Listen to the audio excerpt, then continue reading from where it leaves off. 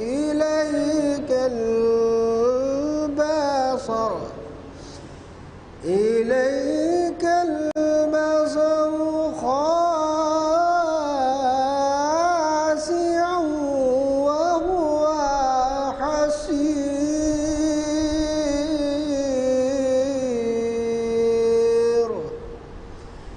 ولقد زينا السماء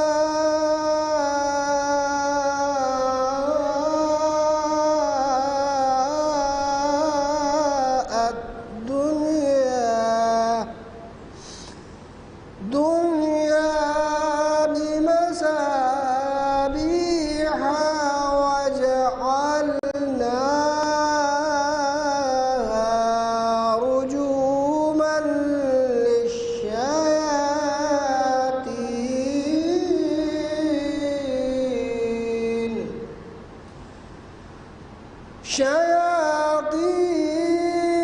للشياطين وأعتدنا لهم عذاب السعير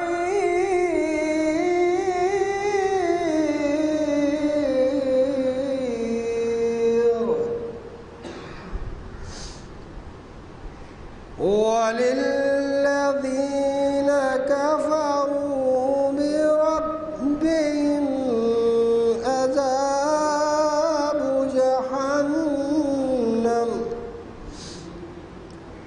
عذاب جهنم وبئس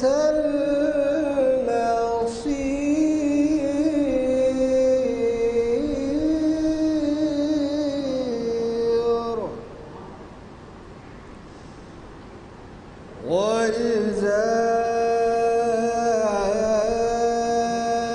ألقوا فيها سمعوا لها شهيقا وهي تفور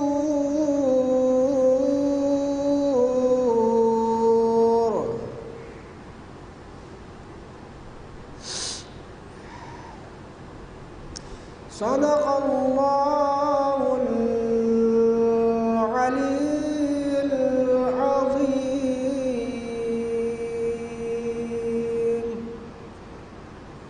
وصدق رسوله النبي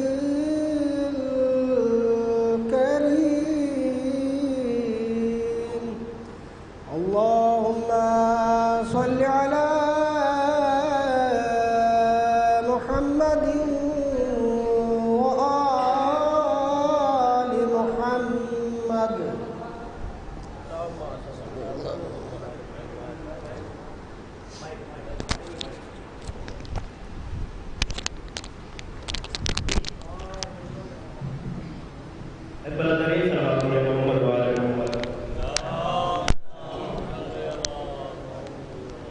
یہ تھے برادر عزیز جناب قاری ولی حیدر صاحب جنہوں نے قرآن مجید کی تلاوت سورہ ملک کی سے آغاز کیا اور اس سورہ کے پڑھنے کا بہت ہی ثواب ہے خاص طور سے مرحومین کے لیے سورہ کی تلاوت کرنا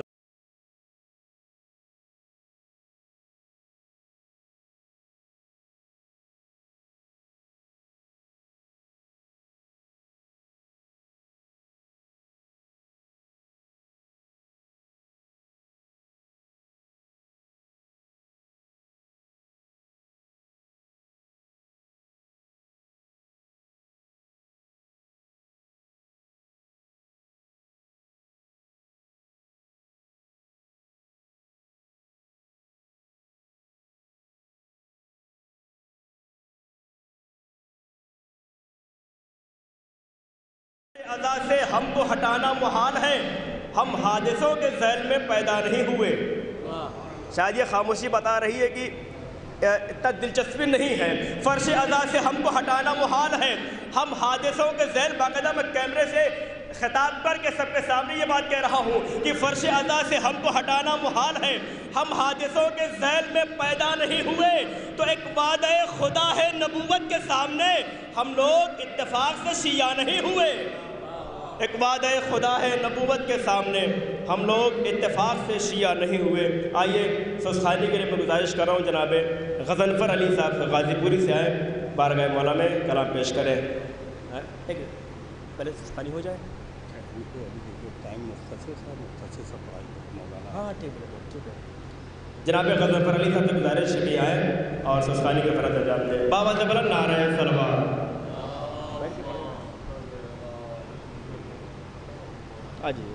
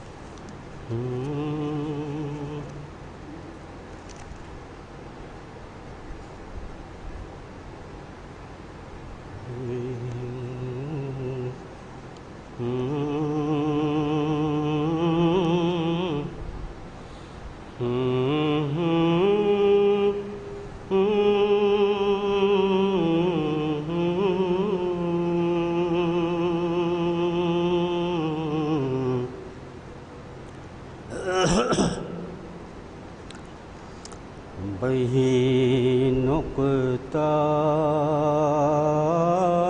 کہ ہے وہی نقطہ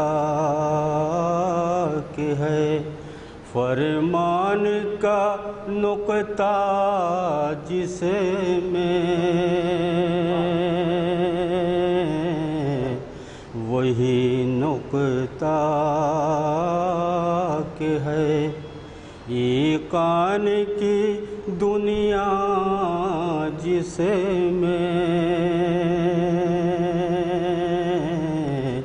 وہی نقطہ کہ ہے ایمان سراپا جس میں وہی نقطہ کہ ہے قرآن سمایا جس میں وہی نقطہ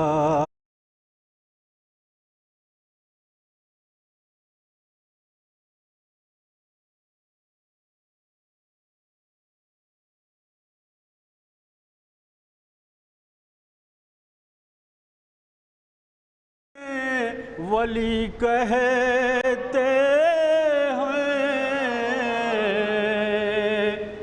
وہی نقطے کو ولی ابن ولی کہتے ہیں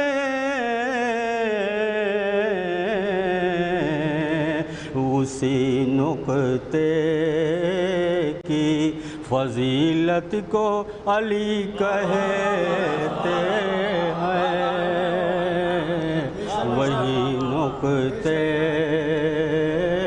کو وہی نقطہ کہ ہے فرمان کا نقطہ جس میں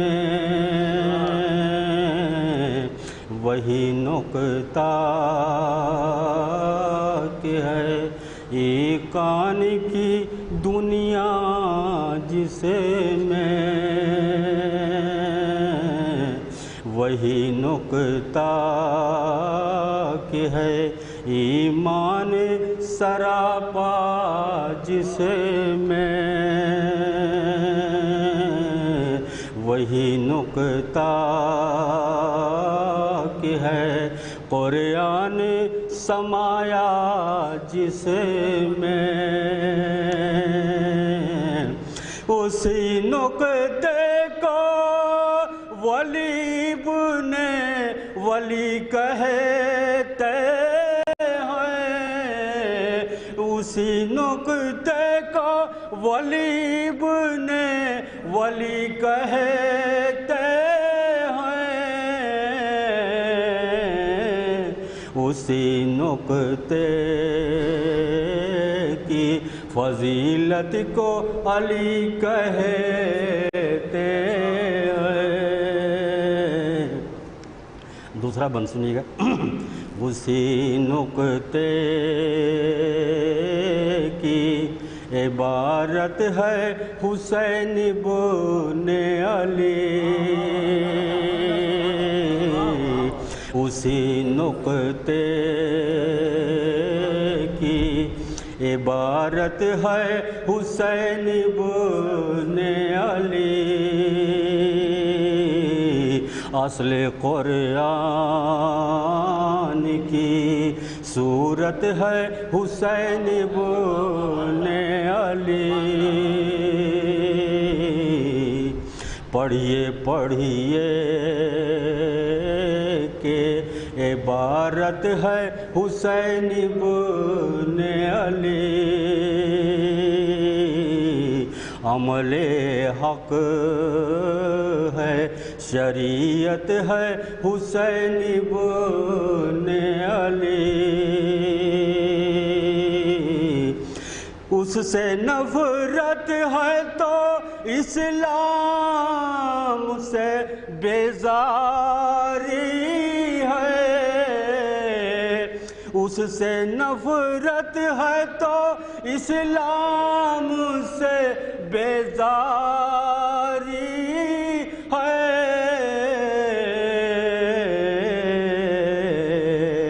اس سے بیعت کی، اس سے بیعت کی طلب دین سے غداری ہے، اس سے بیعت کی طلب دین سے غداری ہے۔ ایک بند اور ہے۔ کربلا وہ ہے جو پیغام محمد کا حشم، دوش اسلام پہ لہراتا ہے جس کا پرچم،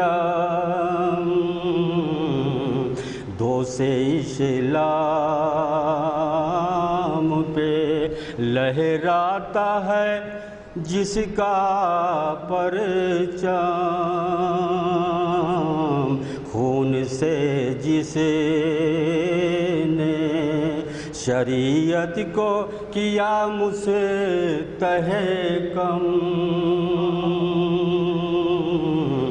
بیعت شام کو، بیعت شام کو پہنچا کے رہی ملک عدم، بیعت شام کو پہنچا کے رہی ملک عدم، حشر تک کے لیے ظالم کو تھکایا اس نے، حشر تک کے لیے ظالم کو تھکایا اس نے، نشے طالب بیعت کو اڑایا اس نے، نشے طالب بیعت کو اڑایا جس نے، وہی نقطہ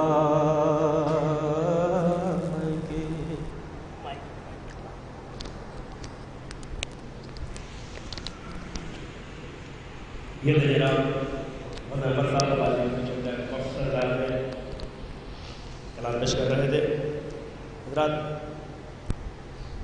اساتذہ مولانا سید ابن حیدر صاحب قبلہ کے اساتذہ کے شاگردان کی فہرست بہت طویل ہے، چاہے بالواسطہ ہو یا بلا واسطہ ہو، ان کے عقیدت مندان بہت ہیں۔ میں زیادہ آپ کا ٹائم نہیں لے سکتا، چونکہ ہمارے پاس مقررین بھی ہیں، تاثرات پیش کرنے والے بھی ہیں، نظر پیش کرنے والے بھی ہیں۔ انہیں میں ایک ہمارے وطن عزیز جلال پور سے تشریف لائے، گزارش کر رہا ہوں مولانا عقیل حیدر صاحب سے بارگاہ مولانا کرام پیش کریں۔ عقیل حیدر صاحب متعلق جامعہ نازمیہ بابا زبرت نعرہ سلوات۔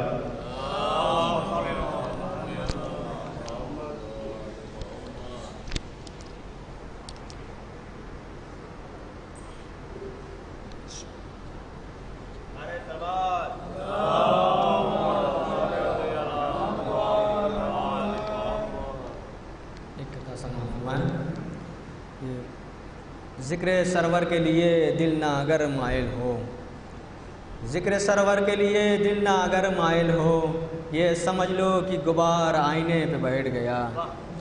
ذکر سرور کے لیے دل نہ اگر مائل ہو، یہ سمجھ لو کہ غبار آئینے پہ بیٹھ گیا۔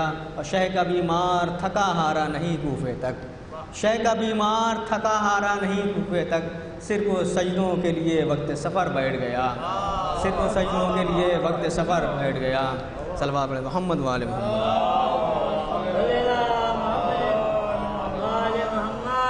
ایک نوے کے چند سوال فرمائیں۔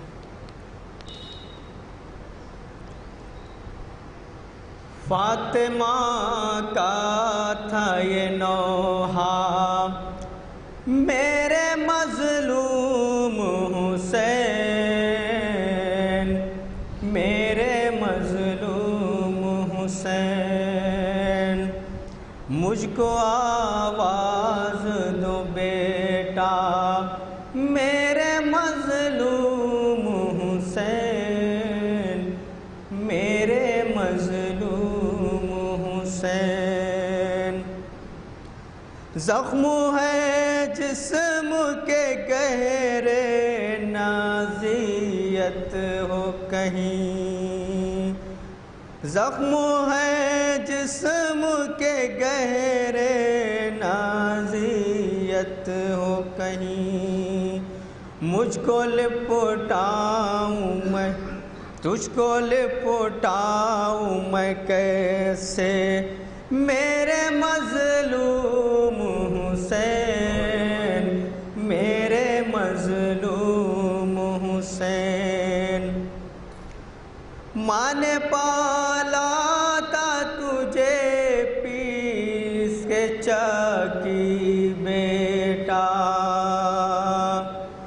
ماں نے پالا تھا تجھے پیس کے چاکی بیٹا، تیرا رودا گیا لاشا، میرے مظلوم حسین، میرے مظلوم حسین۔ کر کے بے بس تجھے کیوں قتل کیا ظالم نے، کر کے بے بس تجھے کیوں قتل کیا ظالم نے، تو نے کیا ظلم کیا تھا میرے مظلوم حسین، میرے مظلوم حسین۔ دیکھوں کن آنکھوں سے لاشا تیرا پرزے پرزے،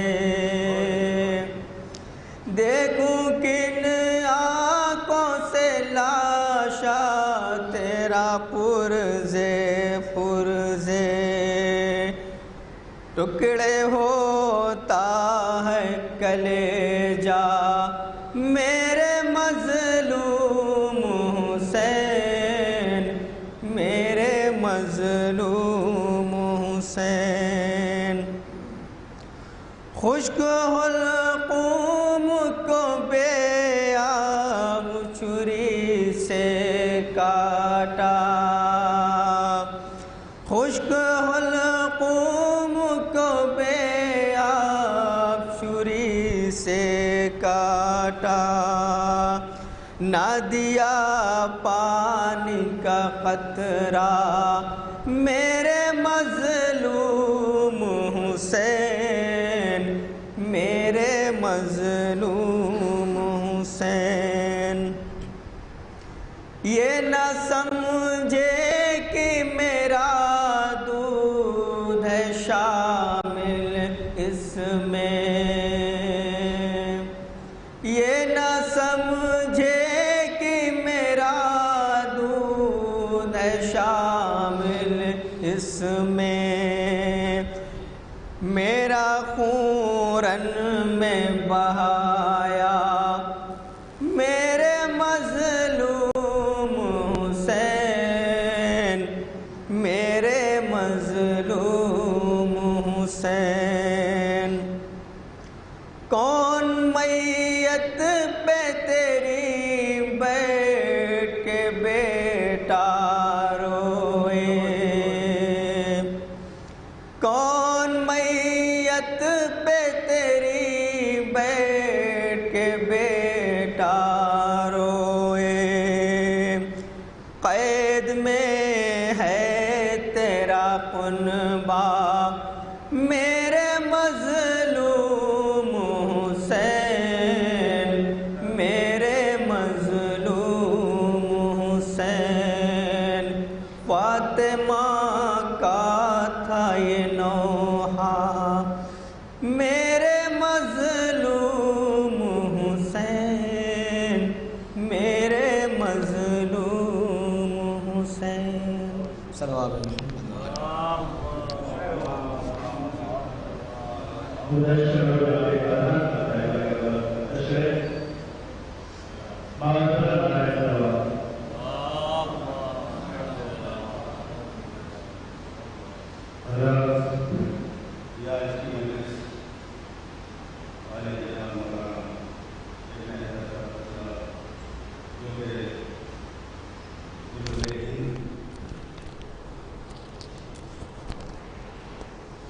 ان کو عجب عجب خطابات سے نوازا گیا اور یقیناً وہ اس کے حقدار بھی ہوا کرتے تھے۔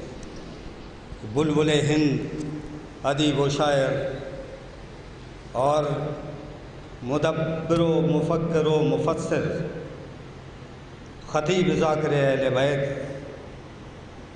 ایک ایسے معلم عالم دین کہ جن کے لیے بس صرف ایک شعر پڑھوں گا اور وہ شاید ایک عالم کی موت کے لیے کافی ہوگا ایصال ثواب کے سلسلے میں، کہ کیا سمجھ رکھا ہے تو نے اے نظام کائنات، کیا سمجھ رکھا ہے تو نے اے نظام کائنات، موت کر سکتی نہیں پامال عالم کی حیات۔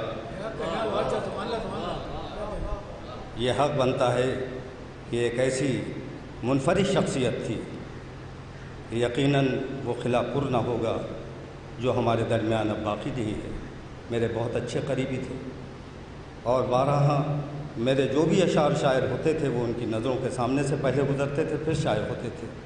تہہ دل سے میں ان کی عزت و احترام کرا کرتا تھا، لیکن میرا یہ فرض تھا کہ میں بہت ہی سی مختصر سے وقت میں یہ شعر پیش کر دوں کہ کیا سمجھ رکھا ہے تو نے اے نظام کائنات، موت کر سکتی نہیں پامال عالم کی حیات۔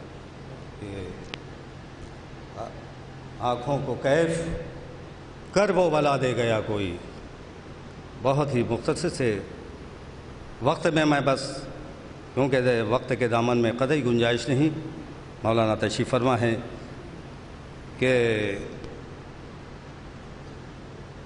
آنکھوں کو کیف کر وہ بلا دے گیا کوئی، غم میں بھی زندگی کا مزہ دے گیا کوئی، اور ایک امتحان کی شب میں بجھا کر چراغ کو، چہروں کو زندگی کی ضیاء دے گیا کوئی۔ بہت توجہ چاہوں گا کہ آنکھوں کو کیف کر وہ بلا دے گیا کوئی، غم میں بھی زندگی کا مزہ دے گیا کوئی، ایک امتحان کی شب میں بجھا کر چراغ کو، چہروں کو زندگی کی ضیاء دے گیا، اور پیاسی زمیں کو سجدوں سے سیراب کر دیا، آئین بندگی کو جلا دے گیا کوئی۔ اور خود تو مسافرت کی کڑی دھوپ اوڑھ لی، خود تو مسافرت کی کڑی دھوپ اوڑھ لی، انسانیت کے سر کو ردا دے گیا کوئی، انسانیت کے سر کو ردا دے گیا کوئی۔ بس آخری شعر و زحمت تمام کہ ہر ظلم ہر ستم کو مٹانے کے واسطے، ہر ظلم ہر ستم کو مٹانے کے واسطے اظہر مزاج و صبر و رضا دے گیا کوئی۔ ایک باواز بلند صلوات بھیجیں۔ ابھی ہمارے محترم نے شعر سنائے فرش عزا پہ ہم کو ہٹانا محال ہے، تو مجھے 4 شعر یاد آئے اسی فرش عزا کے سلسلے میں کہ مجلس فرش عزا پہ جو آ کے بیٹھ گیا، بہت توجہ چاہوں گا ذرا، کہ مجلس فرش عزا پہ جو آ کے بیٹھ گیا اس کے پہلو میں سکینہ کا چچا بیٹھ گیا، مجلس فرش عزا پہ جو آ کے بیٹھ گیا اس کے پہلو میں سکینہ کا چچا بیٹھ گیا۔ وہ ہم نے دیکھا ہے یہ ہر سال خلاف ماتم جو بھی طوفان زمانے میں اٹھا بیٹھ گیا۔ اب میں گزارش کر رہا ہوں میرا کہ بھیج کے ڈاکٹر قلب ستین نوری صاحب سے آئیں اور اپنے تاثرات پیش کریں۔ محترم جناب ڈاکٹر قلب ستین نوری صاحب، بابا جنرل نعرہ سلام۔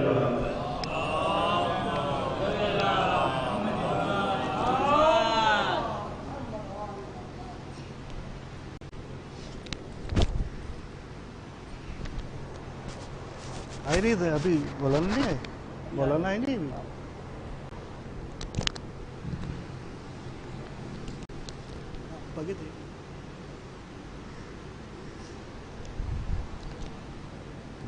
السلام علیکم ورحمۃ اللہ وبرکاتہ۔ بسم اللہ الرحمن الرحیم۔ میرے لیے یہ بڑا مشکل مرحلہ ہے کہ ایک علم کے آفتاب کے لیے مجھے کچھ کلمات کہنا ہے۔ حجت الاسلام والمسلمین مولانا سید ابن حیدر صاحب علیہ مقامہ، آپ ان کی شخصیت سے واقف ہیں۔ ایک عالم کو جس کردار اور جس صفات کا حامل ہونا چاہیے، بالکل اسی کردار اور اسی صفات کے حامل مولانا ابن حیدر صاحب مرحوم ہیں۔ ایک عالم میں سب سے پہلی خصوصیت، سب سے پہلی خوبی، سب سے پہلی کوالٹی، جیسا کہ قرآن مجید میں بھی ذکر ہوا ہے کہ انما یخشی اللہ من عبادہ علماء، یعنی عالم کی پہلی خصوصیت اور پہلی خوبی اور پہلی صفت یہ ہوتی ہے کہ وہ اللہ سے ڈرتا ہے۔ اگر وہ اللہ سے ڈرتا ہے تب تو حقیقی معنی میں عالم ہے، اور اگر خدا نخواستہ وہ اللہ سے ڈرتا نہ ہو تو وہ لاکھ عمامے پہنے، لاکھ ٹوپیاں پہنے، لاکھ علمی لباس پہنے، لیکن وہ عالم نہیں ہے۔ یہ قرآن مجید نے جو خوبی بیان کی ہے ایک عالم کی، تو یہ ہمارے پیش نظر ہونا چاہیے کہ اللہ کا خوف، اللہ کا ڈر، حساب کتاب کا ڈر، تقوی، متقی اور پرہیزگار ہونا۔ اگر انسان متقی اور پرہیزگار نہیں ہے، چاہے میں ہوں چاہے کوئی اور ہو، تو لاکھ مذہبی لبادہ پہنے، لاکھ مذہبی لباس پہنے، لیکن وہ دنیا کی نظر میں تو عالم ہو سکتا ہے، لیکن وہ قرآن کی نظر میں عالم نہیں ہے، وہ رسول کی نظر میں عالم نہیں ہے، وہ اہل بیت کی نظر میں عالم نہیں ہے۔ آئیے تشریف لیں۔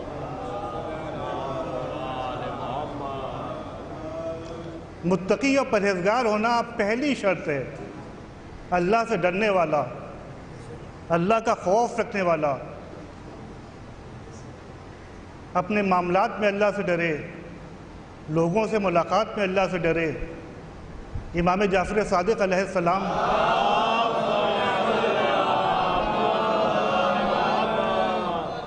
دیکھیے کتنی پیاری حدیث سوائے آل محمد کی اور کوئی نہیں کہہ سکتا ہے کہ آپ نے فرمایا کہ کسی کی نمازوں سے متاثر نہ ہونا، کسی کے روزوں سے متاثر نہ ہونا، کسی کے لمبے لمبے سجود سے متاثر نہ ہونا، کسی کے رکوع سے متاثر نہ ہونا، کسی کی تلاوت سے متاثر نہ ہونا، فرماتے ہیں کہ ہو سکتا ہے کہ یہ اس کی عادت بن گئی، اور وہ اگر اس عادت کو انجام نہ دے تو وہ بے چینی کا شکار ہو جائے، بے قراری کا شکار ہو جائے۔ پھر فرماتے ہیں کہ یہ دیکھنا کہ وہ جب بات کرتا ہے تو سچ بولتا ہے کہ نہیں، جب وہ شخص بات کرتا ہے تو سچ بولتا ہے کہ نہیں، اور جب وہ اس کے پاس کوئی امانت رکھوائی جاتی ہے تو خدا نخواستہ اس میں خیانت تو نہیں کرتا، اگر وہ خیانت کرتا ہے تو پھر اس پر یقین نہ کرنا، اگر وہ جھوٹ بولتا ہے تو پھر اس پر یقین نہ کرنا، اور اگر وہ کوئی وعدہ کسی سے کرے اور اس وعدے کو پورا نہ کرے تو وہ لاکھ نمازیں پڑھے لیکن وہ حقیقی معنوں میں مومن نہیں ہو سکتا، کیونکہ المومن صادق الوعد، ایک مومن جو ہوتا ہے وہ وعدے میں سچا ہوتا ہے، وہ ہمیشہ وعدے کی پاسداری کرتا ہے۔ صلوات بر محمد وآل محمد۔ اور یہ ممبر ظاہر ہے کہ مولانا تشریف لے آئے، مجھے تو بس 2-3 منٹ عرض کرنا ہے، اس کی ذمہ داری کو آپ محسوس کریں، یہ کوئی عام جگہ نہیں ہے بیٹھنے کی کہ سب بیٹھ جائیں اور جو چاہے دل سے پڑھ دیں۔ کل میں ایک واقعہ پڑھ رہا تھا، وہ آپ کے سامنے پیش کرنا چاہتا ہوں۔ ہندوستان کے پہلے مجتہد، عظیم مجتہد آیت اللہ دلدار علی غفران مآب، آپ سب واقف ہوں گے ان سے۔ آج جو آپ سب یہاں بیٹھے ہوئے ہیں اور جو آپ مجلسیں کر رہے ہیں اور جو آپ نماز جمعہ پڑھ رہے ہیں اور جو آپ نماز جماعت پڑھ رہے ہیں، ان سب میں ان کا وہ کنٹریبیوشن ہے کہ جن کو ہم سوچ بھی نہیں سکتے۔ پہلی نماز جمعہ آیت اللہ دلدار علی غفران مآب نے لکھنؤ میں قائم کی تھی، اور جو عزاداری کی مراسم ہیں ان کو بھی بہت زیادہ انہوں نے چینج کیا تھا، وہ سب پڑھنے کے قابل ہے۔ لیکن آپ دیکھیے اس ممبر کی اہمیت کہ وہ حضرت غفران مآب کے امام باڑے میں بیٹھے ہوئے تھے، تشریف فرما تھے۔ ظاہر ہے کہ اس زمانے میں ان کا درجہ ولی فقیہ سے کم نہیں تھا، وہ اودھ کے ولی فقیہ تھے، کوئی معمولی شخصیت نہیں تھے، پوری دنیا میں جن کی رسپیکٹ ہے، جن کا احترام ہے۔ تو اس ممبر کی عظمت کو آپ سمجھیے، وہ تشریف فرما تھے اور اتفاق سے ایک شاعر ان کے سامنے ممبر پہ چلے گئے کہ جن کا نام بھی تاریخ میں درج ہے، میر ضمیر مرحوم۔ اب انہوں نے شاعری کرنا شروع کی تو لکھا ہوا ہے کتاب میں، مستند کتاب ہے، کہ کچھ انہوں نے ایسی روایتیں پڑھ دیں کہ جو ضعیف تھیں، جو غیر مستند تھیں۔ تو جب انہوں نے روایتیں، آج ہمارے کیا شاعر جو چاہے پڑھ دے، کوئی پوچھنے والا نہیں ہوتا، یعنی کبھی کبھی تو حیرت ہوتی ہے کہ وہ عقائد بیان کر دیتے ہیں کہ جو عقائد تشیع کے بالکل برخلاف ہوتے ہیں، اور ہم لوگوں کی نالج کا یہ عالم ہے کہ ہم لوگ اس پہ واہ واہ کرتے ہیں، یعنی ہم لوگ بھی اس جرم پہ شریک ہوتے ہیں نادانستہ طور پر۔ تو حضرت غفران مآب رحمۃ اللہ علیہ نے جب یہ سنا تو آپ کے چہرے پر غضب کے آثار نمودار ہوئے، اور آپ نے حکم دیا فوراً کہ تم ممبر سے اتر آؤ، تم کو ممبر پر جانے کا حق نہیں ہے۔ مولانا تشریف فرمائے، آپ تشریف فرمائیں، یہ میرے پاس موجود ہے لکھا ہوا واقعہ۔ اور اس کے بعد وہ بھی اتنے مطیع و فرمانبردار تھے کہ اس کے بعد انہوں نے ایک مجتہد کے حکم پر عمل کیا اور وہ ممبر پہ نہیں گئے۔ تو یہ اتنی ذمہ داری کا کام ہے کہ ہم کو مستند روایتیں پیش کرنا چاہیے۔ ایک صلوات بر محمد و آل محمد۔ تو حضرت حجت الاسلام والمسلمین مرحوم و مغفور روایتوں میں ملتا ہے کہ بہت سے علماء آخرت میں شفاعت کروائیں گے۔ عقیدہ شفاعت کے ذیل میں آپ پڑھیے تو ملتا ہے کہ بہت سے علماء آخرت میں شفاعت کرائیں گے، جو انتہائی تقوی کے درجے پر اور پرہیزگاری کے درجے پر اور اللہ سے ڈرنے والے ہوں گے۔ تو مجھے یقین ہے کہ مولانا ابن حیدر صاحب علی اللہ مقام ہوئی ان علماء میں ہوں گے کہ جو لوگوں کی شفاعت کرائیں گے۔ آپ ان کا کریکٹر دیکھیے، آپ ان کا کردار دیکھیے۔ میں آپ سب حضرات سے پوچھنا چاہتا ہوں کہ لکھنؤ میں کوئی ایسا انسان ہے کہ جن کے دل کو انہوں نے کبھی دکھایا ہو؟ ایک بھی آپ کو نہیں ملے گا۔ بے ضرر انسان، بے خطا انسان، کبھی کسی کو اذیت نہیں دی، کسی نے کچھ کہہ بھی دیا جب بھی خاموش، جب بھی صبر کے مجسمے بنے۔ تو ایسی شخصیت ہمارے درمیان سے چلی گئی، آج اس کا غم منانے کے لیے ہم جمع ہوئے ہیں۔ تو یہ کردار کا عالم کہ بے ضرر، بے خطا، کبھی کسی کو تکلیف نہیں دی۔ سادگی کا کیا عالم؟ مجھے کہنے میں تھوڑی جسارت ہو رہی ہے، لیکن آج آپ دیکھ رہے ہیں کہ چھوٹے چھوٹے ذاکر، چھوٹے چھوٹے خطیب، لیکن آپ ان کا لائف اسٹائل دیکھیے کہ بڑی بڑی گاڑیوں میں گھوم رہے ہیں۔ لیکن ایک ہمارے علماء جو گزر گئے، اور آج بھی بہت سے علماء ایسے ہیں، چاہے وہ مولانا ابن حیدر صاحب اللہ مقامہ، ان کی سادگی کا عالم دیکھیے، پیدل چلے جا رہے ہیں، رکشے پہ چلے جا رہے ہیں۔ چاہے وہ میرے والد مولانا کلب صادق صاحب مرحوم ہوں، کہ پوری دنیا میں جن کا سکہ چلتا تھا، جو چاہتے تو BMW کار پہ گھوم سکتے تھے، مرسیڈیز پہ گھوم سکتے تھے، لیکن آپ نے دیکھا کہ ہوائی چپل پہنے پیدل چلے جا رہے ہیں۔ ایسے علماء کہاں پہ لیں گے؟ اب پیدل چلے جا رہے ہیں، بستیوں میں پیدل چلے جا رہے ہیں، نہ کھانے کا ہوش، نہ لباس کا ہوش، 100 روپے میٹر کے کپڑے کی ابا اور خبا، اور سادگی کا یہ عالم کہ کوئی ایک بچہ بھی آ جائے تو اس کے سامنے جھکے جا رہے ہیں۔ تو یہ کیریکٹر اور یہ کردار اب نظر نہیں آتا، اب تو صرف شوبازی ہے، اب تو صرف دکھاوا ہے۔ لیکن اب بھی ماشاءاللہ بہت سے علماء ہیں، کچھ جیسا کہ مولانا تشریف فرمائیں اور ان کے بھائی اور دیگر علماء، کہ کس قدر سادگی سے رہتے ہیں۔ تو آپ کو اگر حقیقی عالم کو پہچاننا ہے تو یہ دیکھیے کہ وہ سادگی کے ساتھ رہتا ہے یا شوبازی کے ساتھ رہتا ہے۔ اگر وہ سادگی کے ساتھ رہتا ہے تو واقعاً عالم ہے، اور اگر وہ شوبازی کے ساتھ رہتا ہے تو اس کا مطلب یہ ہے کہ اس کے پاس علم موجود نہیں ہے، وہ دکھاوے کے لیے یہ سب کچھ کرتا ہے۔ اس کے پاس علم موجود نہیں ہے، کیونکہ جتنا زیادہ علم ہوگا اتنا زیادہ تواضع ہوگا، اتنی زیادہ انکساری ہوگی، اتنا زیادہ اعلیٰ اخلاق ہوگا، اتنا زیادہ جھک کر ملنا ہوگا۔ ایک صلوات بر محمد و آل محمد۔ تو بس آخری گوشہ ماشاءاللہ اتنا مجمع ان کی مقبولیت کی دلیل ہے کہ دیسے میں اتنا مجمع ہونا، یا جو لوگ آن لائن سن رہے ہیں وہ بھی ہزاروں کی تعداد میں ہوں گے۔ آپ ان کی زبان دیکھیے،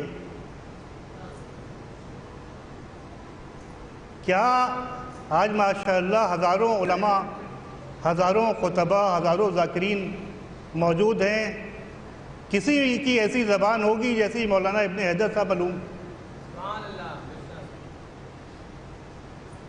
کیا پیاری زبان تھی، حسن و خوبصورتی کی سے ڈوبی ہوئی زبان، ایک ایک جملہ، ایک ایک فقرہ ایسا کہ جیسا موتیوں میں پرونے کے قابل۔ جب وہ بولتے تھے تو لگتا تھا کہ کانوں میں الفاظ نہیں جا رہے ہیں بلکہ شہد جا رہا ہے۔ ایسی میٹھی زبان، ایسے فقرات، ایسے جملے، ایسے حسن و خوبی کے ساتھ ڈوبی ہوئی زبان۔ میرے دادا مرحوم سرکار عمدۃ العلماء، میں کل کتاب پڑھ رہا تھا، ان کے بارے میں ملتا ہے کہ وہ مجلسیں بڑی تیاری کے ساتھ پڑھتے تھے، بڑی محنت کے ساتھ پڑھتے تھے، اور کتابوں کے مطالعے میں غرق رہتے تھے، اور جو عشرہ محرم وہ پڑھتے تھے اس کی تیاری 11 محرم سے شروع کر دیتے تھے۔ تو جیسا کہ والد مرحوم فرماتے ہیں کہ جس فیلڈ میں جاؤ کمال کے درجے پر پہنچو، ایکسلنس کے درجے پر پہنچو۔ تو ویسے ہی زبان حجت الاسلام مولانا ابن حیدر صاحب مرحوم کی، کہ جیسے کوثر و سلسبیل سے دھلی ہوئی زبان ہو، تو ان کے جانے سے جو خلا پیدا ہوا ہے اس کی تلافی ممکن نہیں ہے۔ ہم کو علماء کی قدر کرنا چاہیے ہے، ہم کو علماء حق کی قدر کرنا چاہیے ہے، ہم کو علماء بعمل کی قدر کرنا چاہیے ہے، اور ان سے استفادہ کرنا چاہیے ہے۔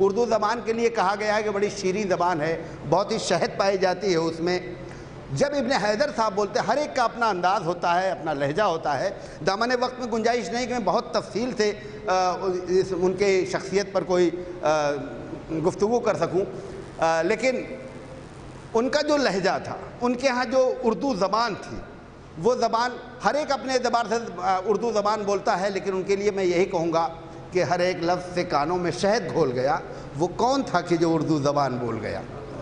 یقیناً جو زبان وہ بولتے تھے، وہ زبان ایسی تھی لوگوں کے ذہنوں میں، لوگوں کے سماعتوں میں شہد بن کے اتر جاتی تھی۔ یہی وجہ ہے کہ پورا ہندوستان اگر زبان کے اعتبار سے، لسان کے اعتبار سے کسی کو یاد کرتا ہے تو ابن حیدر صاحب کو آج کے دور میں ان کو یاد کرتا ہے، اور اتنا بڑا مجمع جمع ہے۔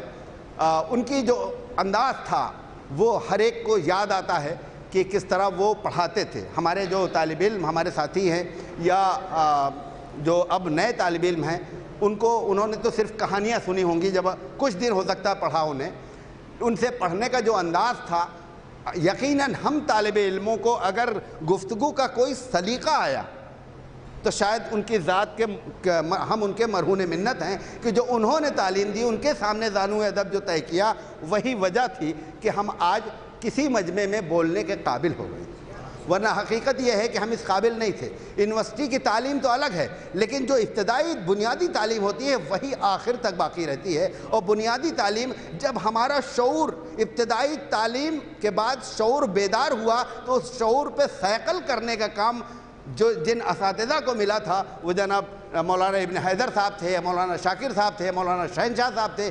ان اساتذہ نے ہم لوگوں کی شخصیت کو سنوارا، نکھارا کہ کہیں ہم بولنے قابل ہو گئے۔ اتنی بلند و بالا اور عرف و اعلیٰ شخصیت، ایک عالم کی شخصیت کہ جس کو یاد کرنے کے لیے اتنا بڑا مجمع موجود ہے، ہم انہیں خراج عقیدت پیش کرنے کے لیے یہاں جمع ہوئے ہیں۔ یقیناً دنیا میں کسی کو باقی نہیں رہنا ہے کہ آفاق کی منزل سے گیا کون سلامت، اسباب لوٹا راہ میں یہاں ہر سفری کا۔ کوئی ایسا نہیں ہے کہ جو یہاں نہ رہا ہو، لیکن ہر سفری کا اسباب تو لٹ جاتا ہے، لیکن کچھ سفری ایسے ہوتے کہ ایسے نقوش چھوڑ جاتے ہیں کہ بعد میں دنیا انہی کے نقش پا پہ چل کے آگے اپنی شخصیت کو سنوارتی ہے۔ مولانا ابن حیدر صاحب کی شخصیت انہی علماء میں تھی کہ جن کے نقش پا پہ چل کے لوگ اپنی شخصیتوں کو سنوارتے ہیں۔ اور جیسا کہ مولانا نے ابھی ذکر کیا کہ علماء کو شفاعت کا بھی حق حاصل، وہ شفاعت بھی کریں گے، اور خود معصوم کی حدیث بھی ہے، علماء امتی کا انبیاء بنی اسرائیل۔ ہماری امت کے علماء انبیاء بنی اسرائیل کی طرح، یقیناً انبیاء بنی اسرائیل کو لوگوں کی شفاعت کا حق حاصل ہے، اور خود رسول کا یہ کلام بتا رہا ہے کہ علماء بھی شفاعت کر سکتے ہیں۔ تو یہ اس بات کی دلیل ہے۔ ابن حیدر صاحب ایک ایسی آفاقی شخصیت تھی کہ چاہے وہ علم حدیث ہو یا علم کلام ہو، علم بیان ہو، تفسیر ہو یا انشاء و ادب ہو، ہر چیز، اگرچہ ہم لوگوں کو تو وہ انشاء اور ادب پڑھاتے تھے، لیکن اس کے باوجود جو طالب علم جس گوشے سے بھی ان کے سامنے سوال لے کے آتا تھا، چاہے وہ فقہ کا ہو، چاہے وہ تفسیر کا ہو، چاہے وہ علم کلام کا ہو یا علم بیان کا ہو، ہر کلام جو بھی جس نے بھی سوال کیا، اس تعلیم کو، اس طالب علم کو تشفی بخش جواب دینا، یہ ایک عالم کی شان ہوتی ہے جو ابن حیدر صاحب کے اندر موجود تھی۔ اس کے گواہ وہ طالب علم ہیں جو جامعہ ناظمیہ میں اس وقت پڑھتے تھے، اور اس وقت پڑھتے تھے، آج وہ عالم بن کے دنیا کے گوشے گوشے میں ان کے سکھائے ہوئے علم کو آگے بڑھا رہے ہیں۔ اور خود مولانا ابن حیدر صاحب نے جس طرح علوم اہل بیت کی تبلیغ و تشریح کی ہے، یقیناً ان کی روح کو آج جب ان کی روح کو وہ مقام حاصل ہوا ہوگا، کیونکہ اہل بیت کے علوم کو پھیلانا، اس کو لوگوں تک پہنچانا، یہ اتنا عظیم کام ہے، کیونکہ حقیقت میں علم تو وہی ہے جو علوم اہل بیت ہے، کیونکہ وہ علم رسول اللہ سے آیا ہے، اور رسول اللہ کو خود اللہ نے علم دیا ہے۔ تو حقیقی دولت جو ہے وہ علم کی دولت ہوتی ہے۔ آئیے ہم سب مل کے دعا کریں کہ مولانا ابن حیدر صاحب کی اس روح کو وہ مقام، وہ درجات ایسے بلند حاصل ہوں کہ جس کو دیکھ کے، جس کو سن کر ہر آدمی محسوس کرے، ہر شخص علم کی جانب آگے بڑھے، علم کے حصول کی جانب آگے بڑھے، کیونکہ دولت کی کوئی وقت نہیں ہے، وقت ہے تو علم کی۔ شکریہ۔ بڑھتے ہوئے میں گزارش کر رہا ہوں مولانا صابر علی عمرانی صاحب سے آئے اور تعلیم علم پیش کریں. مولانا صابر علی عمرانی صاحب باوجود اللہ علیہ وسلم. اس کے بعد خطیب منبر ہوں گے.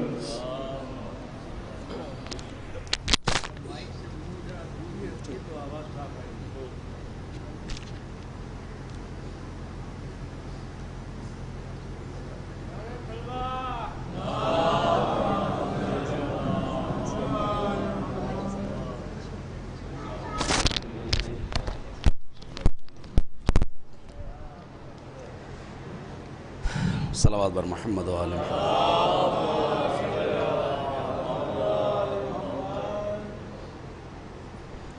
قطع تاریخ 1441 عنوان سے کہ ذاکر سرور ابن حیدر، ذاکر سرور ابن حیدر صدق کا پیکر، ابن حیدر صدق کا پیکر، ابن حیدر. اور اسے دیکھیں کہ مرنے کے بعد بھی دیکھے گئے ہیں، مرنے کے بعد بھی دیکھے گئے ہیں منظر منظر ابن حیدر. مرنے کے بعد بھی دیکھے گئے ہیں، مرنے کے بعد بھی دیکھے گئے ہیں منظر منظر ابن حیدر. قبر پہ ان کی رحمت حق ہے، قبر پہ ان کی رحمت حق ہے. روح معطر ابن حیدر، روح معطر ابن حیدر. یہ شعر بطور خاص دیکھیں کہ خلد میں بھی اب ہوں گے یقیناً، خلد میں بھی اب ہوں گے یقیناً زیب منبر ابن حیدر. خلد میں بھی، خلد میں بھی، خلد میں بھی اب ہوں گے یقیناً زیب منبر ابن حیدر. اور آخری مصرے سے 1440 خلد میں بھی اب ہوں گے یقیناً زیب منبر ابن حیدر. سال رحلت یہ ہے صابر، سال رحلت یہ ہے صابر. میر سخنور ابن حیدر، میر سخنور ابن حیدر. خلد میں بھی اب ہوں گے یقیناً زیب منبر ابن حیدر. چونکہ مجلس ہے لہذا چند شعر سلام کے ملازم فرما لیجئے. سب صاحبان علم و ادب ماشاءاللہ موجود ہیں. علماء یہ تھوڑا اس کی ردیف تھوڑا سخت ہے. شکریہ. جس کو جہاں میں جتنا بھی عرفان عشق ہے، جس کو جہاں میں جتنا بھی عرفان عشق ہے، وہ اتنا حق کی راہ میں قربان عشق ہے، وہ اتنا حق کی راہ میں قربان عشق ہے. اور سب شعر چھوڑتے ہوئے خاص شعر آپ کو فہم ہے. روشن ہے جس سے صبح درخشان کربلا، روشن ہے جس سے صبح درخشان کربلا، وہ بے زبان شمع شبستان عشق ہے، وہ بے زبان شمع شبستان عشق ہے. اور یہ شعر علماء کی اور تمام ہی افراد کی نظر کر رہا ہوں. بیعت اٹھا لی شاہ نے موجود سب رہے، بیعت اٹھا لی شاہ نے موجود سب رہے، گویا یہ رات مقطع ایمان عشق ہے، گویا یہ رات مقطع ایمان عشق ہے. تھا سد راہ باب حسینی میں پیش پیش، تھا سد راہ باب راہ حسینی میں پیش پیش، ہر کربلا کے دشت میں مہمان عشق ہے، ہر کربلا کے دشت میں مہمان عشق ہے، تھا سد راہ باب حسینی میں پیش پیش، ہر کربلا کے دشت میں مہمان عشق ہے، ہاں نام حسین سے آتی ہے یہ صدا، یہ شعر بطور خاص دیکھیں خاص سمجھ، ہاں نام حسین سے آتی ہے یہ صدا، میرا حبیب فخر سلیمان عشق ہے،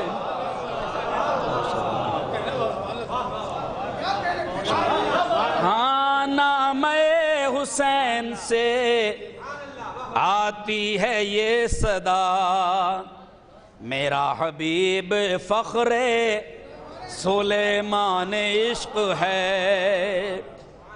اور یہ شعر جو شاید اس کلام کا محصل ہو، یہ زانوئے حسین پاسر جون کا نہیں، یہ زانوئے حسین پاسر جون کا نہیں، یہ بندگی کی رحل پا قرآن عشق ہے،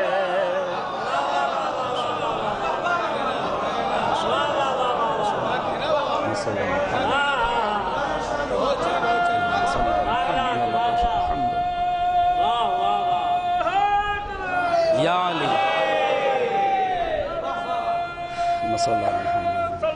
اللہم صلی علی محمد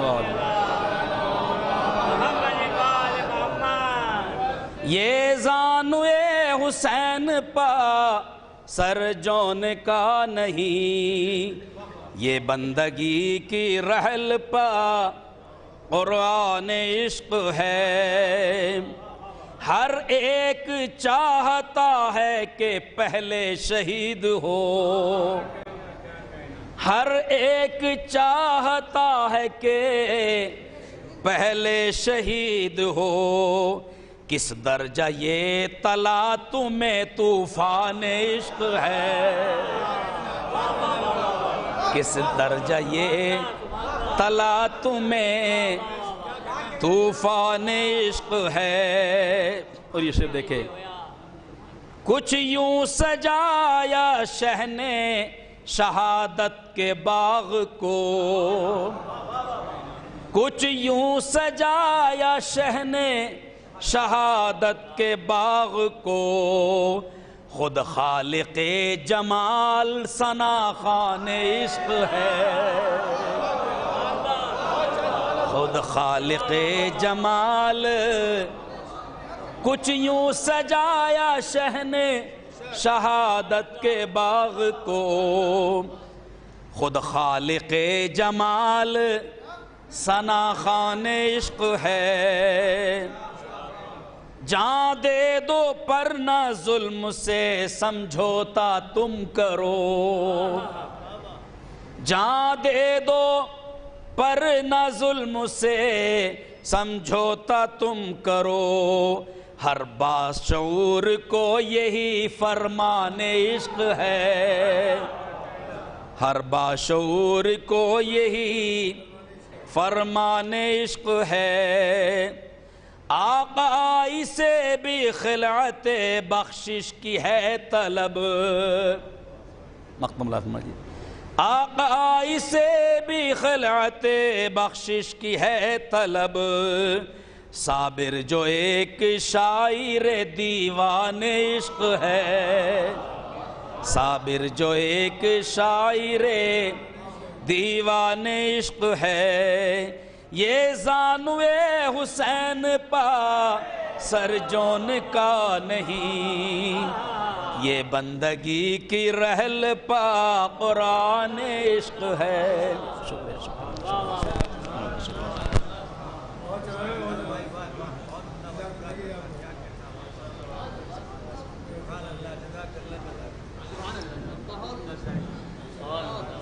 مولانا محمد علی صاحب نے گزارش کرا کہ اس کو آگے جائیں. مولانا محمد حسین صاحب کی بات ہے آگے جائیں. اس طرح بات پڑھیے محمد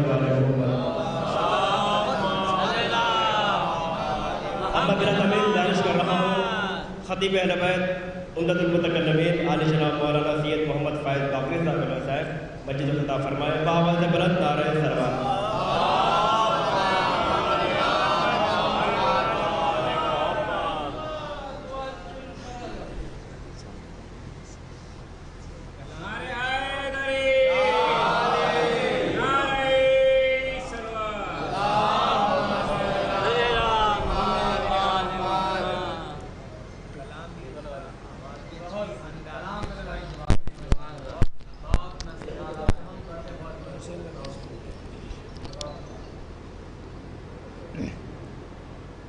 رحم اللہ من قرأ الفاتحہ.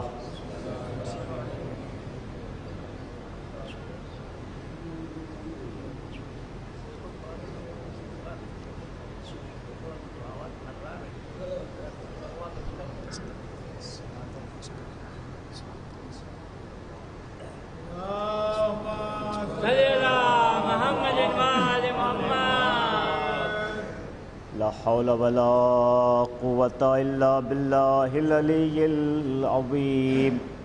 من الشيطان اللعين الرجيم. بسم الله الرحمن الرحيم. الحمد لله رب العالمين بارئ الخلائق أجمعين. ثم الصلاة والسلام والتحية والإكرام على نبينا وشفيع ذنوبنا وحبيب قلوبنا وطبيب نفوسنا بالقاسم محمد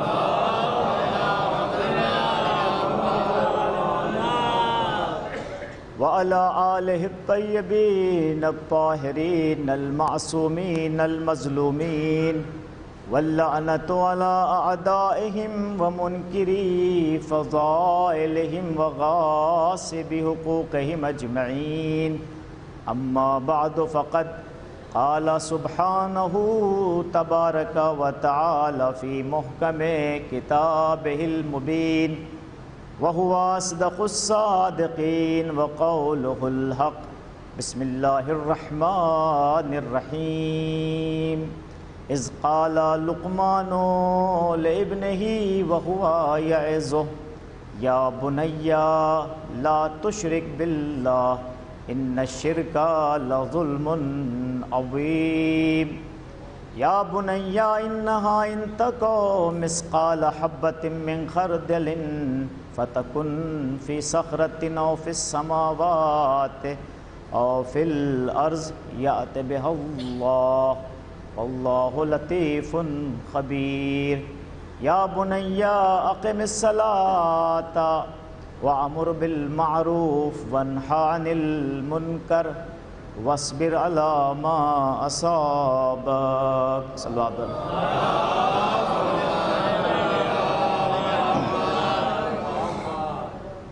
عزیزان گرامی، اس سے پہلے کہ اس آیہ کریمہ کے ذیل میں کچھ مطالب آپ کے سامنے بیان ہوں، آپ سے درخواست ہے کہ ایک مرتبہ سورہ حمد اور 3 مرتبہ سورہ اخلاص کی تلاوت فرما کر مرحوم و مغفور حجت الاسلام والمسلمین عالی جناب مولانا ابن حیدر صاحب کعبہ سرا کی روح کو ایصال فرمائیں. اللہ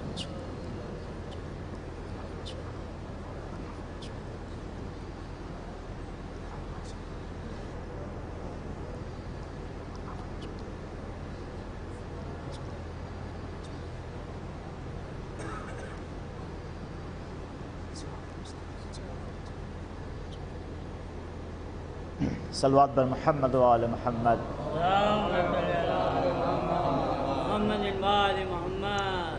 ایک عالم بعمل، ذمہ دار خطیب اور دنیا میں مشہور و معروف مبلغ، حوض علمیہ کے برجستہ استاد، متکلم فقیہ اور ایک ادیب کی مجلس ہے. سب سے بڑا ایصال ثواب کا ذریعہ یہ ہے کہ ذکر محمد و آل محمد کیا جائے۔ تو آپ کو کے سامنے میں نے جس آیہ کریمہ کی تلاوت کا شرف حاصل کیا، اس آیہ کریمہ میں پروردگار ایک آئیڈیل کو پہچنوا رہا ہے۔ چونکہ مولانا ابن حیدر صاحب قبلہ حوزے کے ایک برجستہ استاد تھے، سماج کے ایک ذمہ دار مبلغ تھے، سماج کے ایک ذمہ دار خطیب تھے، تو قرآن کن آئیڈیل کو مربی کے عنوان سے پہچنوا رہا ہے، اس لحاظ سے میں نے اس آیہ کریمہ کو آپ کے سامنے پیش کیا۔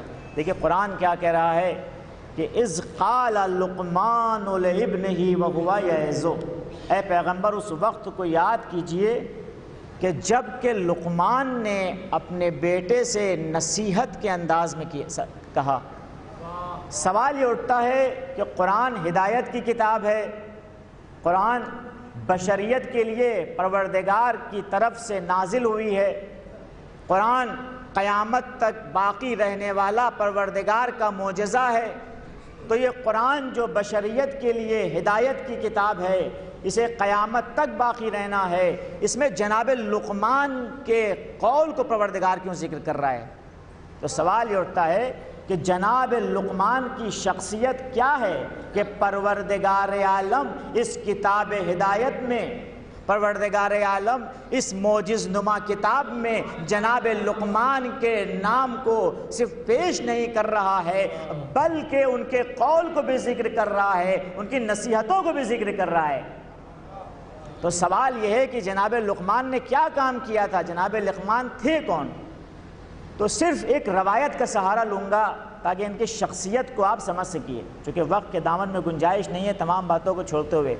تمام مفسرین، اکثر مورخین، اکثر علماء کا یہ اتفاق ہے کہ جناب لقمان نبی نہیں تھے، یعنی جناب لقمان نبوت اور رسالت کے درجے پہ فائز ہو کر نہیں آئے تھے، لیکن اس کے باوجود اس مقام پہ پہنچ گئے کہ قرآن میں آپ کی باتوں کو ذکر کیا جا رہا ہے۔ تو آپ نے وہ کیا کام کیا کہ جس وجہ سے پروردگار عالم نے آپ کو وہ مرتبہ دیا کہ آپ کے قول کو قرآن میں بشریت کی ہدایت کے لیے ذکر کیا جا رہا ہے۔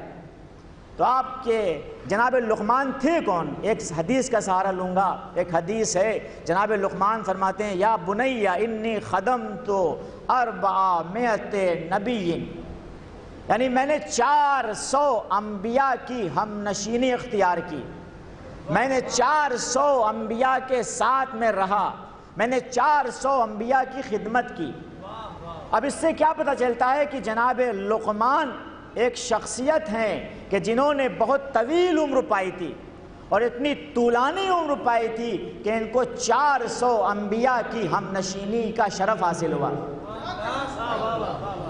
جو جناب لقمان کی اس روایت سے کیا پتہ چلتا ہے، لمبی عمر پانے والے انسان تھے، لیکن اس لمبی عمر میں انہوں نے اپنی زندگی کو اس طرح سے گزارا کہ کبھی علماء کی پاس بیٹھ رہے ہیں، کبھی دانشمندوں کے پاس بیٹھ رہے ہیں اور کبھی انبیاء کی ہم نشینی اختیار کر رہے ہیں۔ تو ایک پہلو جو جناب لقمان کی ذات میں پایا جاتا ہے وہ کیا ہے کہ آپ نے انبیاء کی ہم نشینی اختیار کی۔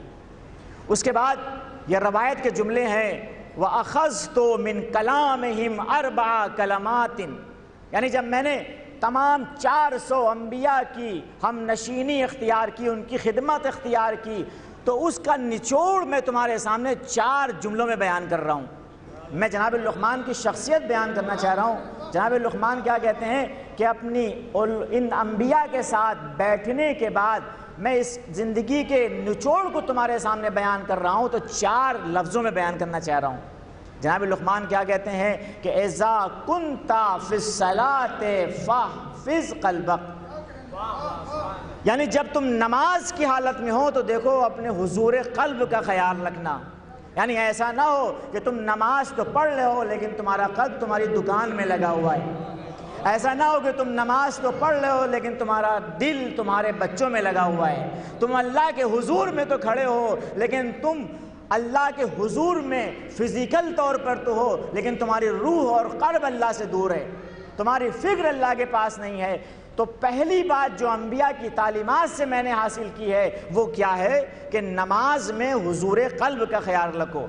دوسری چیز جناب لقمان کیا کہتے ہیں، اذا کنتا، جناب لقمان کہتے ہیں کہ اذا کنتا، جب تم کیا کہتے ہیں دسترخوان پر ہو، اذا کنتا علی المائدۃ فاحفظ حلقک۔ دیکھو انبیاء کی تعلیمات سے جو میں نے 4 باتیں اخذ کی ہیں، اس میں ایک بات کیا ہے کہ جب تم دسترخوان پہ بیٹھنا تو اپنے لقمے کی جانب دیکھنا، اپنے حلق کی جانب دیکھنا، کہیں حرام لقمہ تو تمہارے ذہن میں نہیں جا رہا ہے۔ اپنے دہن کی جانب متوجہ ہونا، کہیں تمہارا پڑوسی بھوکا ہے اور تم سیر ہو کر سو تو نہیں گئے ہو، کہیں ایسا تو نہیں ہے سماج میں کچھ محروم طبقہ ہے جو کھانے سے بھی محروم ہے اور تم سیر ہو کر بالکل بے فکر ہو کر سو رہے ہو۔ تو کیا فرماتے ہیں کہ تیسری بات کیا ہے، اذا کنتا فی بیت الغیر فاحفظ عینک، جب تم کسی دوسرے کے گھر میں جاؤ تو اپنی آنکھوں کی حفاظت کرو، ایسا نہ ہو کہ عفت کے منافی تم دوسروں کی خواتین کی جانب چشم چرانی کرو۔ پھر جناب لقمان کیا کہتے ہیں، اذا کنت بین الخلق فاحفظ لسانک، اور جب تم لوگوں کے درمیان جاؤ تو اپنی زبان کی حفاظت کرو، کہیں ایسا نہیں ہے تو تم غیبت کر رہے ہو، کہیں ایسا نہیں تم لوگوں کی برائیاں کر رہے ہو۔ تو یہ حدیث میں نے آپ کے سامنے ذکر کی تاکہ جناب لقمان کی اہمیت آپ کے سامنے ظاہر ہو سکے۔ اب اسی زبان کے بارے میں جناب لقمان کی ایک اور حدیث ہے۔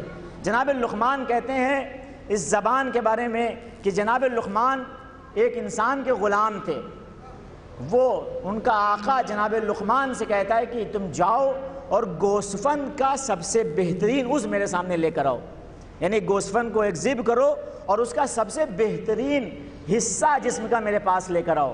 وہ جاتا ہے اور جانے کے بعد زبان کو لے کے آتے ہیں جناب لقمان۔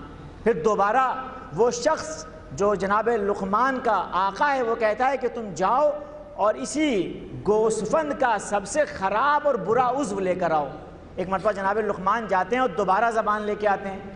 اب وہ پوچھتا ہے ان کا آقا کہ تم سے جب کہا سب سے اچھا عضو لے کے آؤ تو تم بھی زبان لے کے آئے، جب تم سے کہا سب سے برا عضو لے کے آؤ تو تب بھی زبان لے کر آئے، یہ کیا بات ہے؟ تو جناب لقمان نے کہا کہ یہ زبان اگر حق کے لیے چلے، حق کے راستے پر چلے تو یہی زبان جسم کا سب سے اچھا عضو ہے، اور یہی زبان اگر حق کے راستے پہ نہ چل سکے، اگر حق کے لیے نہ چل سکے تو یہی زبان کے سب سے جسم کا برا عضو ہے۔ صلوات پر محمد و آل محمد۔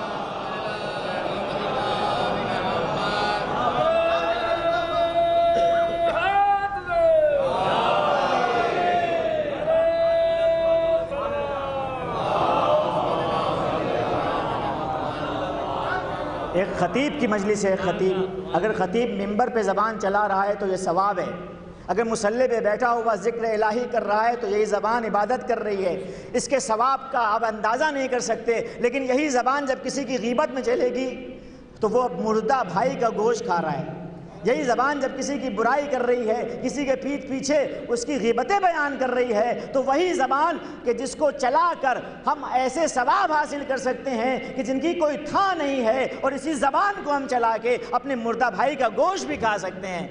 صلوات بر محمد و آل محمد۔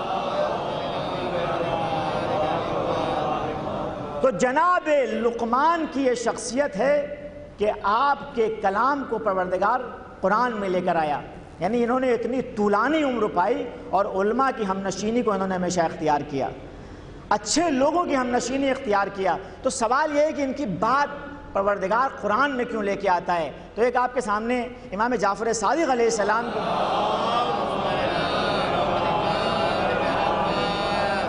ایک حدیث کا میں سہارا لوں گا۔ صادق آل محمد ارشاد فرماتے ہیں، کئی ائمہ سے یہ حدیث ہے، ایک حدیث کو آپ سنیے گا۔ امام کیا کہتے ہیں؟ من اخلص للہ 40 صباحا جرت ینابیع الحکمہ من قلبہ علی لسانہ۔ روایت کے جملے کیا ہیں کہ اگر انسان اپنے عمل کو 40 دن خالص کر لے، یعنی آپ دیکھیے ایک آپ کی عمر 70 سال ہے، 60 سال ہے، 50 سال ہے، 40 سال ہے، ہر انسان ایک عمر پاتا ہے، لیکن امام کیا کہہ رہے ہیں کہ ضروری نہیں ہے کہ تم پوری عمر اپنے عمل کو اخلاص کے طور پر پیش کرو، بلکہ اگر 40 دن تک تم اپنی نمازوں کو اخلاص کے ساتھ پڑھ لو، اپنے اعمال کو اخلاص کے ساتھ کر لو، اپنے بچوں کا خیال اخلاص کے ساتھ کر لو، اپنے پڑوسیوں کی ذمہ داریوں کو اخلاص کے ساتھ عطا کر لو، تو اللہ حکمت کے سرچشمے قلب سے زبان پہ جاری کر دے گا۔ تو اب جناب لقمان کی اہمیت کیوں ہے کہ جناب لقمان نے اللہ کی محبت میں اس طرح سے زندگی گزاری اور اس طرح سے اخلاص کے ساتھ زندگی گزاری کہ قرآن کہہ رہا ہے لقد آتینا لقمان الحکمہ، یعنی لقمان کو کسی مدرسے میں جا کے پڑھنے کی ضرورت نہیں پڑی، بلکہ اللہ کے لیے تقوی کو اختیار کیا، اتقوا اللہ یعلمکم اللہ، اخلاص کے ساتھ زندگی گزاری تو اللہ نے ان کے قلب سے حکمت کے سرچشمے ان کی زبان پہ جاری کر دیے۔ تو یہ جناب لقمان کی پرسنالٹی ہے، اس لحاظ سے ایک شخصیت ہیں جن کی باتوں کو پروردگار قرآن میں لے کے آ رہے ہیں۔ 10 نصیحتیں ہیں، پورا ان کے نام سے ایک سورہ ہے، سورہ لقمان قرآن کا 31واں سورہ ہے، اور جناب لقمان وہ شخصیت ہیں کہ 2 بار ان کا نام قرآن میں آیا ہے۔ اچھا دیکھیے قرآن میں جناب لقمان کا نام آیا ہے، یعنی یہ عزیزان گرامی آپ کو ضرورت نہیں ہے کہ اپنا نام کرنے کے لیے دھوکہ دھڑی انسان کرے، ضروری نہیں ہے کہ اپنے نام اپنے نمود کے لیے دوسروں کو نیچا کرے، ضروری نہیں ہے کہ اپنے نام و نمود کے لیے دوسروں کے ساتھ کیا کرے، اس کی غیبت کرے، اس کی توہین کرے، اس کے پیٹھ پیچھے کچھ باتیں کرے، بلکہ تم اللہ کے لیے کام کرو، اللہ تمہارا نام قرآن میں لے کر آ جائے گا۔ اللہ کے لیے عمل کرو، اللہ تمہیں اتنا بڑھائے گا کہ تمہارا نام قرآن میں بشریت کی ہدایت کے لیے پیش کر دیا جائے گا۔ صلوات پر محمد و آل محمد۔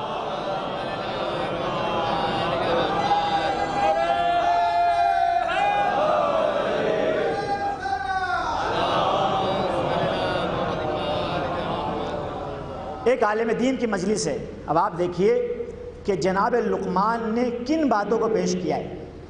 اب سوال یہ ہوتا ہے کہ قرآن میں جناب لقمان کی بہت سی نصیحتیں ہیں، لیکن قرآن کیا کہہ رہا ہے، اذ قال آئے پیغمبر یاد کیجئے اس وقت کو کہ قال لقمان لابنہ وہو یعظہ۔ دیکھیے یعظہ فعل مضارع کا صیغہ ہے، فعل مضارع استمرار پہ دلالت کرتا ہے، یعنی جناب لقمان کی بہت سی نصیحتیں تھیں، آپ نصیحتیں کیا کرتے تھے۔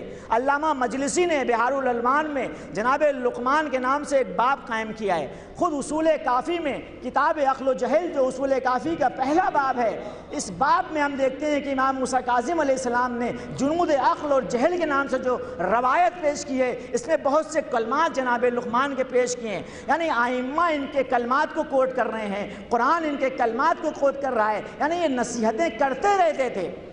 ان نصیحتوں میں سے قرآن کیا کہہ رہا ہے، اذ قال، جب لقمان نے کوئی بات، اب دیکھیے جب قرآن کوئی بات لے کے آئے گا بشریت کے ہدایت کے لیے تو ہم دیکھیں گے قرآن کس بات کو اہمیت دے رہا ہے۔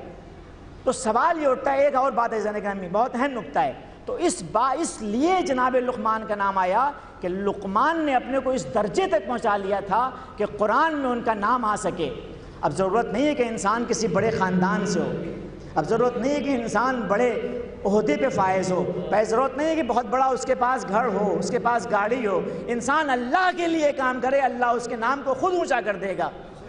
تو سوال یہ ہے کہ جناب لقمان کی ایک اور بات دیکھیے، قرآن ہدایت کی کتاب ہے، قرآن بشریت کی ہدایت کے لیے آئی ہے، تو جناب لقمان ایک باپ ہیں نا، تو اب اگر اللہ ڈائریکٹ کہہ دیتا، چونکہ اللہ کے تو کوئی بیٹا ہے نہیں، نہ اللہ کسی کا باپ ہے، تو اب قرآن کو میں مجسم نمونے بھی پیش کرنے، یعنی اگر باپ کی تربیت کی بات ہے، اولاد کی تربیت کی بات ہے باپ کے ذریعے، تو اب پروردگار کیا چاہ رہا ہے کہ ایک عینی اور آئیڈیل کو پروردگار کس طرح سے پیش کرے، تو ایک باپ کو لے کے آ رہا ہے کہ دیکھو بچوں کی تربیت کے لیے ایک باپ کو کیسا ہونا چاہیے۔ یعنی جناب لقمان کے قول کو اس لیے پروردگار قرآن میں لا رہا ہے کہ سماج کو یہ بتا سکے کہ باپ بننا آسان ہے، لیکن سماج میں صالح اولاد کو پیش کرنا بہت آسان کام نہیں ہے۔ اگر اللہ نے تمہیں اولاد دی ہے تو تمہاری ذمہ داری بہت زیادہ ہے۔ دوسری طرف ہم دیکھتے ہیں کہ قرآن کیا کہہ رہا ہے، لقد آتینا لقمان الحکمہ، ہم نے لقمان کو حکمت عطا کی۔ اب لقمان کو حکمت مل گئی تو کیا لقمان دیندار بن گئے؟ لقمان با ایمان بن گئے، تو اب ہم اور آپ اپنے اوپر اس کو ٹیلی کرتے ہیں، یعنی ہم با ایمان بن گئے، ہم صاحب ایمان بن گئے، تو کیا بچوں کے لیے ہماری ذمہ داری نہیں ہے؟ سماج کے لیے ہماری ذمہ داری نہیں ہے؟ تو قرآن کیا کہہ رہا ہے کہ جب لقمان کو حکمت عطا کر دی تو اس کے بعد یہ لقمان صرف اپنی ذات میں نہیں رک گئے، بلکہ انہوں نے اس حکمت کے ذریعے سماج کی اصلاح شروع کی، اور اصلاح کا آغاز اپنے گھر سے کیا۔ اذ قال لقمان لابنہ وہو یعظہ، یعنی نصیحت، اگر سماج میں آپ کو کوئی عہدہ ملا ہے، علم حاصل ہوا ہے، کوئی مرتبہ حاصل ہوا ہے، تو اس کو لے کے انسان گھر میں بیٹھ نہ جائے، بلکہ اس علم کو نشر کرے، اور نشر کرنے کا سب سے پہلی جگہ کیا ہے؟ اپنے گھر سے اس کا آغاز کرے۔ عزیزان گرامی، صلوات بر محمد و آل محمد۔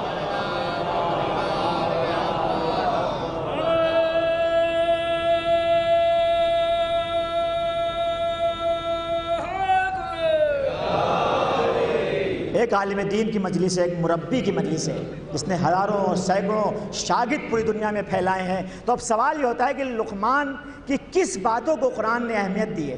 اب دیکھیے، جب قرآن جناب لقمان کی نصیحتوں کو پیش کر رہا ہے تو سب سے پہلے جس مسئلے کو قرآن نے پیش کیا ہے، اس کا مطلب سب سے زیادہ اہمیت کہاں ملے؟ یعنی بچے کی تربیت میں سب سے زیادہ اہمیت کا مسئلہ کون ہے؟ جس نصیحت کو قرآن نے جناب لقمان کے زبان سے پیش کیا ہے، اب وہ کیا مسئلہ ہے جس کو قرآن جناب لقمان کی زبان سے پیش کر رہا ہے؟ تو ہم دیکھتے ہیں کہ عقائد کا مسئلہ سب سے پہلے قرآن نے ذکر کیا ہے۔ یعنی عقائد جب تک صحیح نہیں ہوں گے تو اعمال کا کوئی فائدہ نہیں ہے۔ سب سے پہلے ضروری یہ ہے کہ انسان اپنا عقیدہ درست کر لے، اگر عقیدہ درست ہوگا تو انسان کے اعمال بھی درست ہو جائیں گے۔ اسی لیے قرآن نے سب سے پہلے عقیدے کو پیش کیا ہے، اور عقیدے میں بھی کون سا عقیدہ؟ وہی عقیدہ جو انبیاء کی تعلیمات میں سب سے اہمیت کا حامل ہے، یعنی عقیدہ توحید۔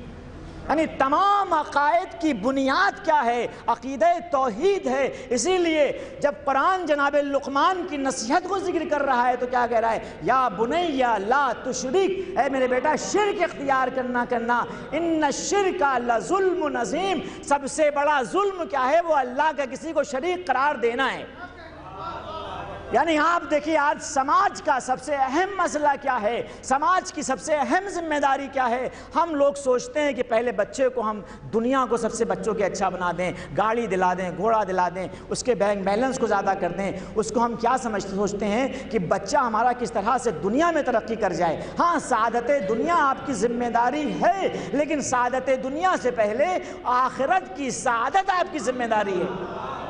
آپ اگر بیٹے کو پہلے دنیا دار بنا دیں گے، بعد میں دین کی جانب لے جائیں گے، تو بیٹا دیدار نہیں بن سکے گا۔ بچے کو دیدار بنا دو، وہ دین کے سائے میں اپنی دنیا کی سعادت تک خود پہنچ جائے گا۔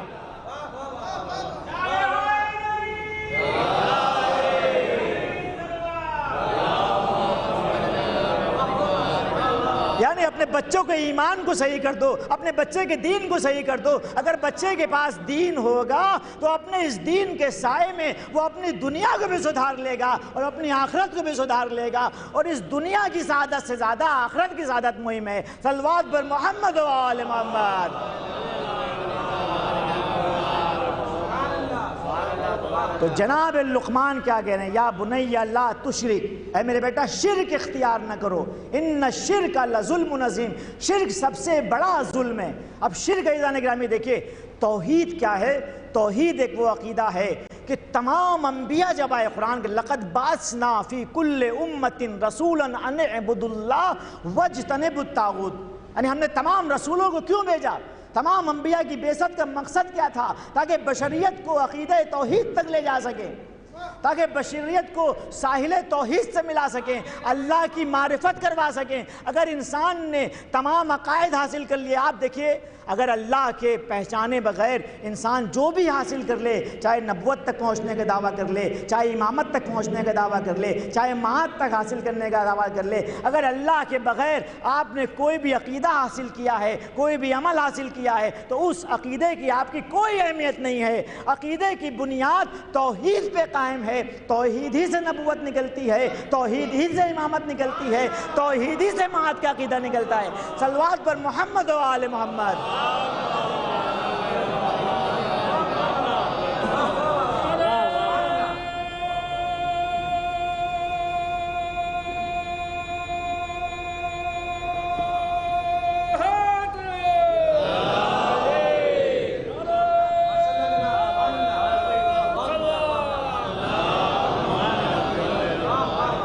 سماج کی سب سے اہم ذمہ داری کیا ہے کہ ہم شرک کی بنیادوں کو دنیا سے مٹا دیں عزیزان گرامی۔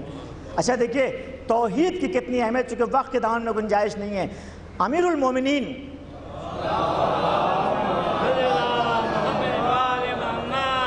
اچھا دیکھیے جو ہماری قرآن میں جتنی آیتیں توحید کے بارے میں ہیں، اس سے قرآن میں جب آغاز ہوتا ہے فاتحۃ الکتاب، جو قرآن کا چہرہ ہے، جو سورہ ہم، اس میں بات کس سے شروع ہوتی ہے؟ اللہ سے شروع ہوتی ہے، الحمدللہ رب العالمین۔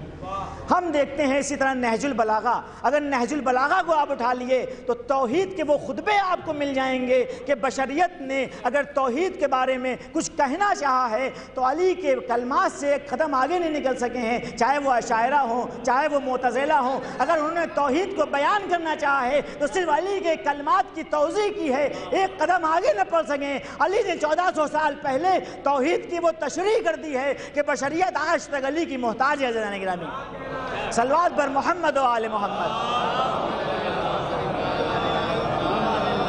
توحید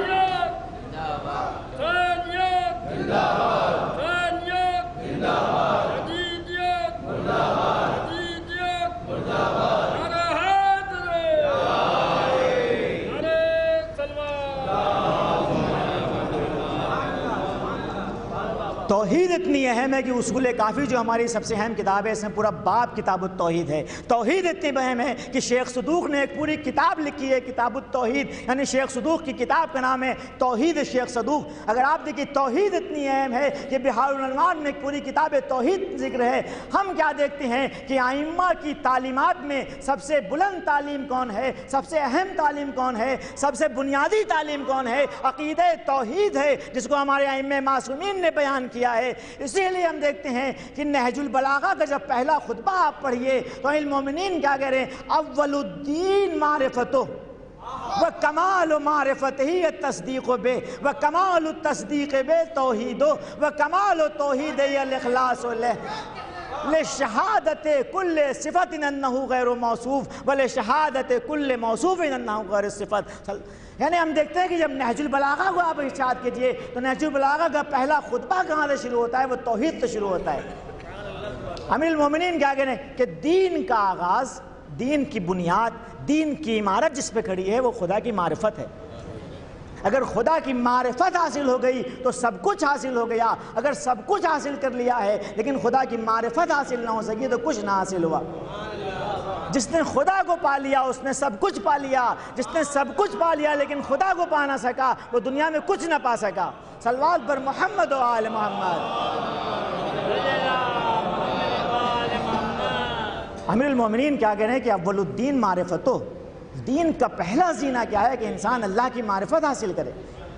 اب دیکھیں معرفت الہی کیا ہے؟ معرفت الہی کی اتنی اہمیت ہے کہ ہم دیکھتے ہیں کہ ائمہ نے پوری زندگی اللہ کے پہچانوانے میں گزار دی ہے۔ زان گرامی اب معرفت کیا ہے؟ چونکہ بحثیں وقت کے دامن میں گنجائش نہیں ہے، صرف اشارہ کرتے ہوئے نکل جاؤں گا۔ یعنی امام مولا کائنات کیا فرمانا چاہ رہے ہیں؟ غالب کل غالب مطلوب کل طالب، خدائے سخن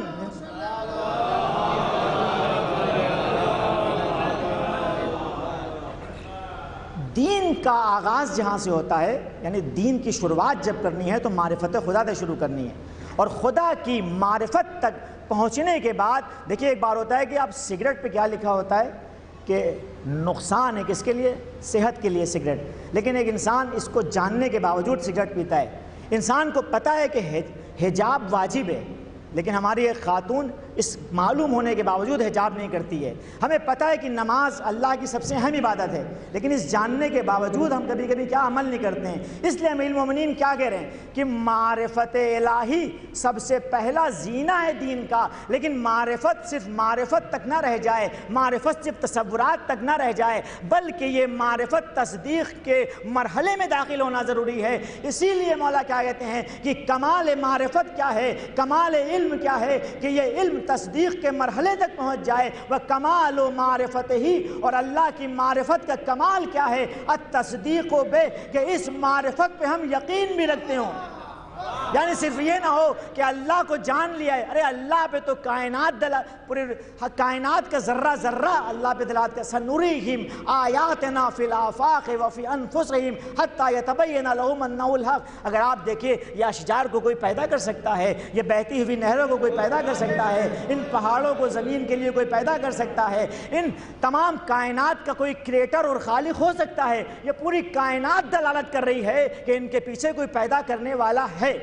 حتیٰ المومنین کہا کہتے ہیں تَزْمُ أَنَّكَ جِرْمٌ صَغِيرٌ فِيكَ مَنْ تَوَى الْعَالَمُ الْأَكْبَرُ أَنْتَ كِتَابُ الْمُبِينُ الَّذِي بِأَحْرُفِهِ يَظْهَرُ الْمُظْهَرُ۔ یعنی تم اگر کہیں نہ جاؤ، صرف اپنی ذات میں اگر تم ملاحظہ کر لو، اللہ کی معرفت تک پہنچنا ضروری ہے، معرفت میں تصدیق ضروری ہے، لیکن یہ تصدیق سب سے بہترین تصدیق کیا ہے؟ وَكَمَالُ التَّصْدِيقِ بِالتَّوْحِيدُ، یعنی اللہ کی توحید کا نظریہ ہے۔ یعنی یہاں سے کیا پتہ چلتا ہے؟ دین کی بنیاد کیا ہے؟ وہ عقیدہ توحید ہے۔ امیر المومنین نہج البلاغہ میں کیا بیان کر رہے ہیں؟ دین کا آغاز کیا ہے؟ عقیدہ توحید ہے۔ دین کی بنیاد کیا ہے؟ عقیدہ توحید ہے۔ اگر تم نے تمام چیزیں حاصل کر لیں لیکن توحید تمہاری کچھ مشکل ہے تو تم کچھ حاصل ہی نہیں کر سکے۔ پھر مولا کیا کہتے ہیں؟ وَكَمَالُ تَوْحِيدِهِ الْإِخْلَاصُ لَهُ، اور توحید کا کمال کیا ہے؟ کہ توحید کو ہر طرح کی ملاوٹ سے پاک و صاف کرنا ہے۔ دیکھیں دودھ میں اگر ملاوٹ کر دیں تو دودھ خالص نہیں رہ جاتا ہے، عقیدے میں ملاوٹ کر دیں تو عقیدہ خالص نہیں رہ جاتا ہے۔ تمہیں توحید کس طرح سے حاصل کرنی ہے؟ وہی توحید حاصل کرنی ہے جو ائمہ اہل بیت نے بتائی ہے، جو قرآنی تعلیمات نے بتائی ہے، جو انبیاء کی تعلیمات نے بتائی ہے۔ اللہ کی اس توحید کو کیا کہتے ہیں؟ ایک مختصر سی تعریف توحید کیا ہے؟ یعنی اللہ کو یکتا جاننا اس کی ذات میں، یعنی اللہ کے برابر کوئی دوسرا خدا نہیں ہے۔ اللہ کو صفات میں یکتا جاننا، یعنی اللہ کی صفات زائد بر ذات نہیں ہیں، یعنی اس کی صفات عین ذات ہیں۔ توحید کیا ہے؟ کہ اللہ کے برابر دوسرا اللہ کسی سے مدد کے بغیر پوری کائنات میں کام کرتا ہے، توحید افعالی۔ اللہ کو اپنے کام کرنے کے لیے کسی کی ضرورت نہیں ہے۔ اس کے علاوہ کیا ہے؟ توحید کیا ہے؟ اللہ کے برابر کوئی مؤثر نہیں ہے۔ اگر ہم نے کسی کو لا مؤثرہ فی الوجود الا اللہ، کائنات میں جتنی بھی تاثیر ہے وہ اللہ کے ذریعے ہے، اللہ کے برابر کائنات میں کوئی تاثیر کرنے والا نہیں ہے۔ لا حول ولا قوت الا باللہ، اللہ کے علاوہ نہ کوئی قدرت ہے نہ کوئی طاقت ہے۔ اگر ہم نے اللہ کے برابر کسی قدرت کو مان لیا، اللہ سے بڑھتر کسی قدرت کو مان لیا تو ہم توحید پہ عمل پیرا نہیں بلکہ شرک میں مبتلا ہو گئے ہیں۔ صلوات بر محمد و آلہ۔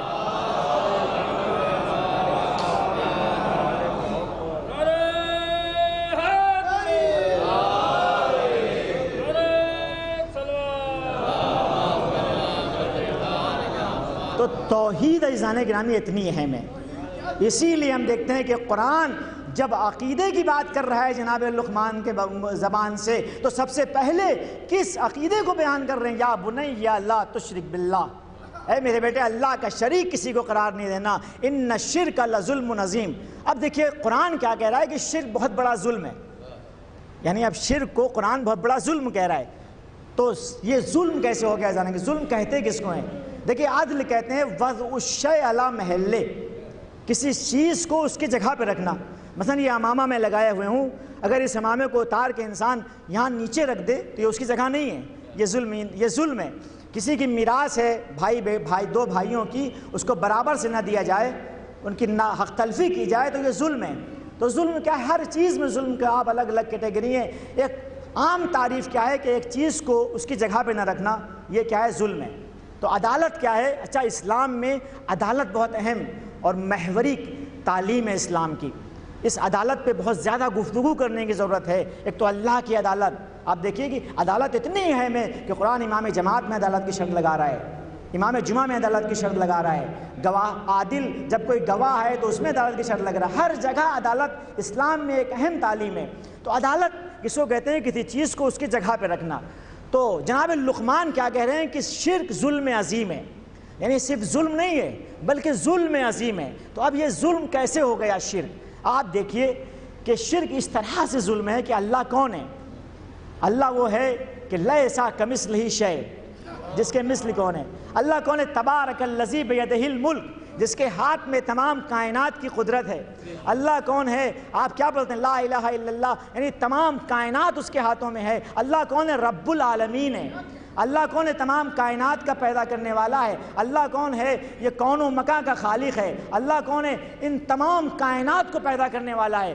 تو اتنا برتر خدا کہ جس نے اتنی عظیم کائنات بنا دی، اس کائنات سے دنیا میں آپ نہ دیکھیں، یہ کائنات میں جو عظیم سیارے ہیں جس کو بھی انسانوں نے کشف کیا ہے، یہ پورا ہمارا منظومہ شمسی، پھر اس منظومہ شمسی کے علاوہ آپ دیکھیں اتنی عظیم کائنات کا خالق خدا ہے۔ خدا کیا ہے؟ اس کائنات کی ایک ایک شے کو پیدا کرنے کے بعد چھوڑ نہیں دیا ہے جیسا کہ عیسائیوں کا نظریہ ہے، بلکہ وہ اس کا رب بھی ہے۔ یعنی اگر اللہ کی نگاہ ایک لحظے کے لیے، ایک لمحے کے لیے ہٹ جائے تو پوری کائنات تباہ ہو جائے گی۔ یعنی اللہ پوری کائنات کا رب بھی ہے۔ تو اتنے عظیم خدا، اتنے عظیم الشان خدا کے باوجود ایک مٹی کے، ایک پتھر کے، ایک ہم کیا لکڑی کے بت کو خدا بنا دیں۔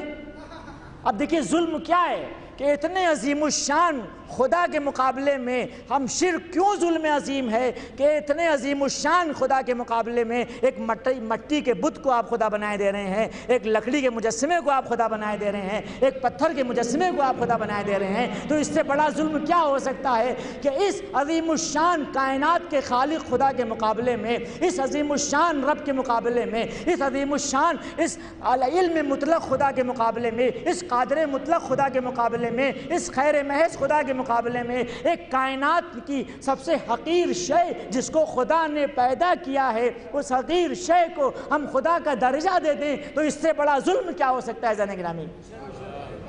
تو شرک کیوں ظلم عظیم ہے کہ انسانوں نے کیا کیا؟ اس عظیم ہستی کو چھوڑ کے ان چھوٹی چھوٹی چیزوں میں کہ جو کہ اللہ کی پیدا کی ہوئی ہیں، یہ مٹی کس نے پیدا کی، یہ پتھر کس نے پیدا کیے، یہ حیوانات کو کس نے پیدا کیا، ایک حیوان کو اللہ بنا دیا، ایک حیوان کو رب کا درجہ دے دیا، تو اس سے بڑا ظلم کیا ہو سکتا ہے؟ اسی لیے قرآن کیا کہہ رہا ہے جناب لقمان کی زبان سے کہ ان الشرک لظلم عظیم۔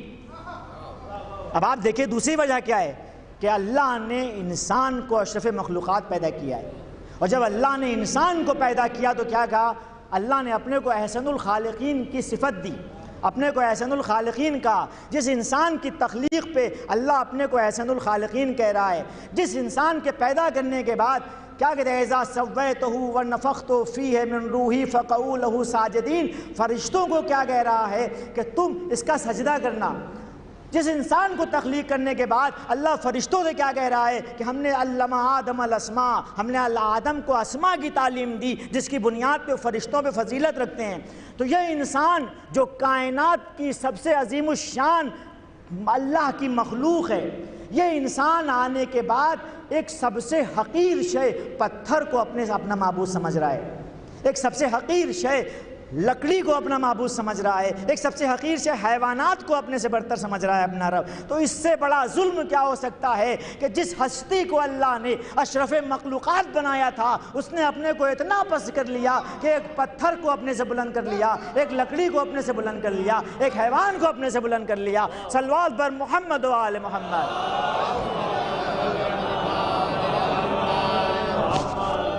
اسی لیے قرآن کیا کہہ رہا ہے کہ ان الشرک لظلم عظیم۔ شرک کیا ہے؟ سب سے بڑا ظلم ہے۔ داون وقت میں گنجائش نہیں ہے ورنہ جناب لقمان کی اور نصیحتیں بیان ہوتی۔ اب دیکھیے جناب لقمان اس عقیدے کے بعد دوسرا عقیدہ جو بیان کرتے ہیں وہ معاد کا عقیدہ ہے۔ جناب لقمان کیا کہتے ہیں؟ انا یا بنیا انہا ان تقو مسقال حبت من خردلین، یعنی اگر تم ایک نیکی انجام دو اور وہ نیکی ایک رائی کے دانے کے برابر ہو، ایک برائی انجام دو اور وہ برائی رائی کے دانے کے برابر ہو، فَتَّكُنْ فِي صَخْرَةٍ أَوْ فِي السَّمَاوَاتِ أَوْ فِي الْأَرْضِ، اور پھر وہ برائی تم اس طرح سے چھپا دو یا اچھائی کو اس طرح سے چھپا دو کہ وہ پتھروں کے نیچے آ جائے، وہ چٹانوں کے پیچھے تم چھپا دو، وہ آسمانوں میں جا کے تم اس کو انجام دو، وہ زمین میں تم انجام دو۔ اللہ کیا کہہ رہا ہے؟ یاتے بہ اللہ، قیامت میں اللہ اس کو لے کے آئے گا، نہ اس اچھائی کو چھپنے دے گا نہ برائی تم سے اللہ تو چھپا سکتے ہو۔ اسی لیے جناب لقمان کیا کہہ رہے ہیں؟ اس دنیا میں اگر زندگی گزارنا ہے تو یہ سوچ کے گزارنا کہ یہاں پہ تمہارا ایک ایک عمل اللہ کی نگاہوں کے سامنے ہے، ایک چھوٹی سی نیکی بھی انجام دو گے تو اللہ اس کے عجر کو ضائع نہیں کرے گا، ایک چھوٹی سی برائی بھی انجام دو گے تو اللہ لطیف و خبیر ہے، اس کی نگاہوں سے پوشیدہ نہیں رہ سکتی۔ اسی لیے قرآن میں دوسری جگہ ملتا ہے وَمَن يَعْمَلْ مِثْقَالَ ذَرَّةٍ خَيْرًا يَرَهُ وَمَن يَعْمَلْ مِثْقَالَ ذَرَّةٍ شَرًّا يَرَهُ۔ قرآن میں دوسری جگہ خدا کیا کہتا ہے؟ کیا کہتا ہے خدا کہ قیامت میں نزع موازین القسط، ہم عدالت کا ترازو قائم کریں گے، اور اس عدالت کے ترازو کو اس طرح سے قائم کریں گے کہ لا تظلم نفس شیئا، کسی پہ تھوڑا سا بھی ظلم نہیں ہوگا، یعنی وہاں پر کسی پہ ظلم نہیں ہوگا۔ تو آپ دیکھیے یہ جو ہمارے سماج میں پولیس بنائی جاتی ہے، عدالت بنائی جاتی ہے، کیوں؟ تاکہ لوگ برائیاں نہ کریں، تاکہ لوگ برائیوں کی طرف نہ جائیں۔ ایک انسان کو ڈر ہو کہ خوف ہو کہ پولیس ہمیں پکڑ لے گی، یا بعض گھروں میں بچے برائی نہیں کرتے ہیں کہ ماں باپ کی بے عزتی ہوگی۔ تو یہ جو اللہ معاد کا بار بار تذکرہ کر رہا ہے یہ اس لیے ہے کہ یہ 4 روزہ زندگی جہاں پر ہم آئے ہیں اسے ختم ہو جانا ہے، اس کے بعد جو ہمیشہ کی زندگی ہے وہاں پر کیا ہے؟ وہاں پر وہ کون ہے کہ ان الشاہد هو القاضی، ان الشاہد هو الحاکم، جو ہمارے اعمال کو دیکھ رہا ہے اسی کو کل فیصلہ کرنا ہے، وہی ہمارا حاکم ہے۔ تو ایسا نہ ہو کہ ہم اس دنیا میں اس طرح سے مگن ہو جائیں کہ آخرت کو بھول جائیں، اور اس طرح سے آخرت کو بھولیں نہ ہمیں آخرت کے عذاب کا کوئی خیال رہے نہ آخرت کے ثواب کا کوئی خیال رہے۔ اس دنیا میں زندگی گزارنا ہے تو یہ سوچ کے گزارنا کہ ایک اللہ ہمارے اوپر ہے جو ہمارے ذرے بھر ایک اعمال کو بھی دیکھ رہا ہے اور اچھے اعمال پہ بھی نگاہ کر رہا ہے۔ صلی اللہ علیہ محمد و آل محمد۔ چونکہ وقت میں گنجائش ہے، چھوٹی سی مثال ہے، ایک انسان ترازو ہوتے تھے، آج تو ڈیجیٹل ترازو آ گئے ہیں۔ آپ ترازو میں گاؤں میں آپ تصور کیجئے کتنی مٹی اگتی تھی، ایک انسان کے ترازو کے اس طرف جہاں پر اشیاء رکھتا ہے ایک مٹی تھوڑی سی چپک گئی، اس مٹی کی بنا پہ اس کو پتہ بھی نہیں تھا، جب اس نے تولا ناپ تول کی تو لوگوں پہ کم چلا گیا، تو اللہ کی نگاہ میں وہ مٹی بھی ہے اور وہ ناپ تول بھی ہے، اس ناپ تول کو اللہ دیکھ رہا ہے اور اس کا جزا بھی اللہ دے گا۔ جب ایک چھوٹے سے ناپ تول کو اللہ دیکھ رہا ہے تو کسی کی غیبت کو اللہ کیسے نہیں دیکھے گا، کسی کی حسد کو نہیں دیکھے گا، کسی سے کینے کو کیوں نہیں دیکھے گا، کسی کی برائیوں کو کیوں نہیں دیکھے گا، سماج میں جو کوئی کسی کو لڑوا دے اس کو کیوں نہیں دیکھے گا، جو گھر میں جدائیاں پیدا کر دے اس کو کیوں نہیں دیکھے گا۔ تو انسان کو صحیح بننا پڑے گا تاکہ کل قیامت میں اللہ کو جنت میں اس کو داخل کرے۔ صلوات بر محمد و آل محمد۔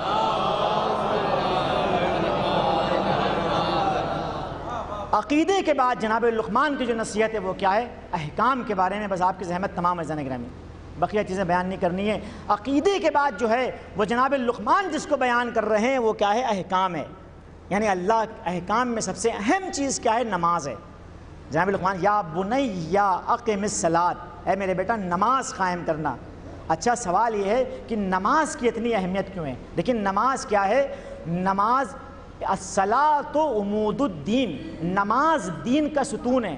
اب آپ دیکھیں نماز، اگر پورا دین ایک عمارت کو آپ تصور کریں، خیمہ تصور کریں، پورا خیمہ آپ لگا دیں لیکن اس خیمے میں اگر پلر نہ ہو، ستون نہ ہو تو خیمہ گر جائے گا۔ ایسے دین کی عمارت جس چیز پہ کھڑی ہے وہ نماز ہے، اگر نماز انسان نہیں پڑھ رہا ہے تو پورے دین کی عمارت ڈھہ جائے گی۔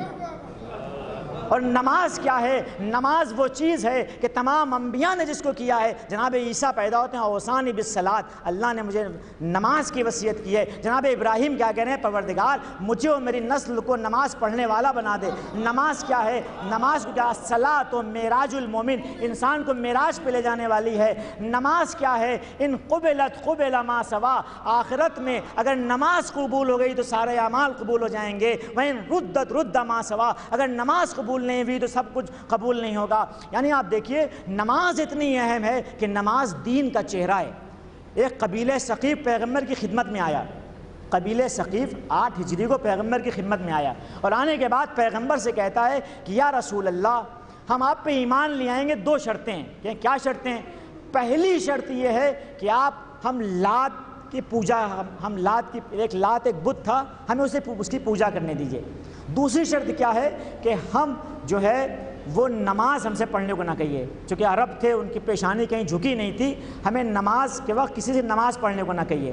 تو یہاں پہ ہم دیکھتے ہیں کہ پیغمبر نے کہا بہت بڑا قبیلہ تھا، اگر پیغمبر قدرت کے لیے ہوتے تو فوراً ان کی بات مان لیتے، لیکن پیغمبر نے ان کی بات کو نہیں مان کے کہا کہ دیکھو لا خیر فی دین لا صلاۃ لا، اس دین میں کوئی بھلائی نہیں جس میں نماز نہ ہو، تمہارے ہمیں دین کو قبول نہیں ہے کہ بغیر نماز کے جو دین ہے۔ تو عزیزان گرامی دین کا چہرہ کیا ہے؟ نماز ہے۔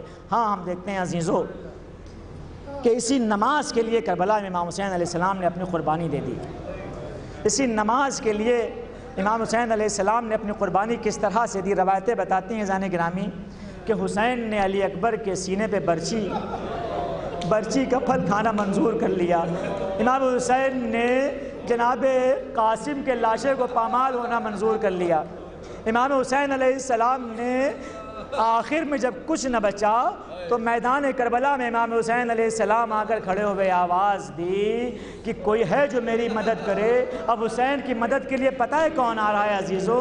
جب جوان چلے گئے، جب حسین کے چاہنے والے چلے گئے، جب بوڑھے ساتھی چلے گئے تو 6 ماہ کے علی اصغر نے اپنے کو جھولے سے گرا دیا۔ اے بابا جب آپ کی مدد کرنے والا کوئی نہیں ہے تو یہ 6 ماہ کا علی اصغر آپ کی مدد کرے گا۔ ہاں عزیزو، حسین علی اصغر کو لے کے ایک بار میدان میں آتے ہیں۔ اے اشقیا، اگر تمہاری نظروں میں حسین خطا کار ہے تو اس بچے نے کیا خطا کی ہے؟ اسے 2 قطرہ پانی پلا دو۔ ہاں امام وقت کے سامنے لوگوں نے کوئی پانی تو نہ دیا علی اصغر کو، ایک بار تیر سے شعبہ چلا، فانقلب الصبی علی ید الامام، جناب علی اصغر امام حسین علیہ السلام کے ہاتھوں پہ شہید ہو گئے۔ ہاں عزیزوں، بڑا سخت ہے کہ آپ کو خدا کبھی کسی کو یہ نصیب نہ کرے کہ اپنے بیٹے کی لاش کو انسان اٹھا کے چلے، لیکن ہائے کربلا میں حسین مقتل سے خیمے تک علی اصغر کے جنازے کو کس طرح سے اٹھا کے لائے ہوں گے۔ ہاں علی اصغر کو پانی پلانے کے لیے لے گئے تھے، اب شباب کے سامنے حسین کیسے جائیں؟ حسین کی شرمندگی کا عالم ہم نہیں بتا سکتے، کبھی حسین آگے بڑھتے ہیں کبھی پیچھے آتے ہیں، انا للہ و انا الیہ راجعون۔ ایک مرتبہ حسین آگے بڑھے، اے رباب اپنی امانت کو لے جا۔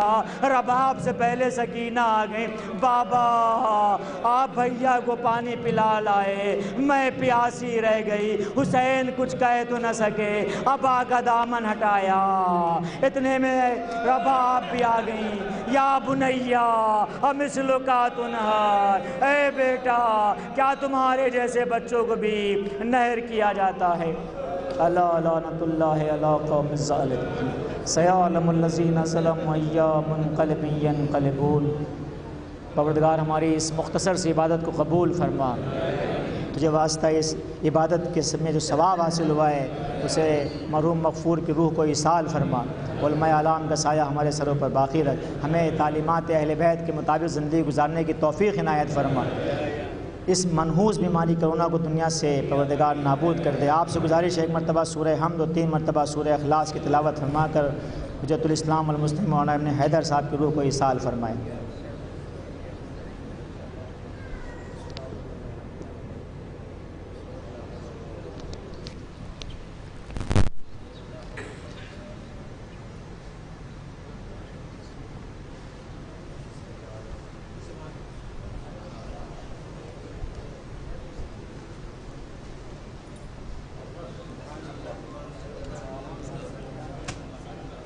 السلام علیکم ابا عبداللہ، السلام علیکم ابن رسول اللہ، السلام علیکم وعلی جدک و ابیک، السلام علیکم وعلی امک و اخیک، السلام علیکم وعلی الذین استشہدوا معک یا ابن رسول اللہ ورحمۃ اللہ وبرکاتہ، السلام علیکم وعلی غریب الغرباء، السلام علیکم وعلی الضعفاء والفقراء، السلام علیکم وعیس الشیعۃ والزوار فی ملک اللہ، السلام علیکم یا انیس النفوس، السلام علیکم ایہا المدفون بارض طوس، السلام علیکم یا سلطان العرب والعجم، السلام علیکم وعلی اختک المعصوم ورحمۃ اللہ وبرکاتہ، السلام علیکم وعلی صاحب العصر والزمان، السلام علیکم یا مولا خلیفۃ الرحمن، السلام علیکم یا شریک القرآن، السلام علیکم یا امام الانس والجان، السلام علیکم یا امام زماننا ھذا عجل اللہ تعالی فرجک وسهل اللہ تعالی مخرجک وظہورک ورحمۃ اللہ وبرکاتہ۔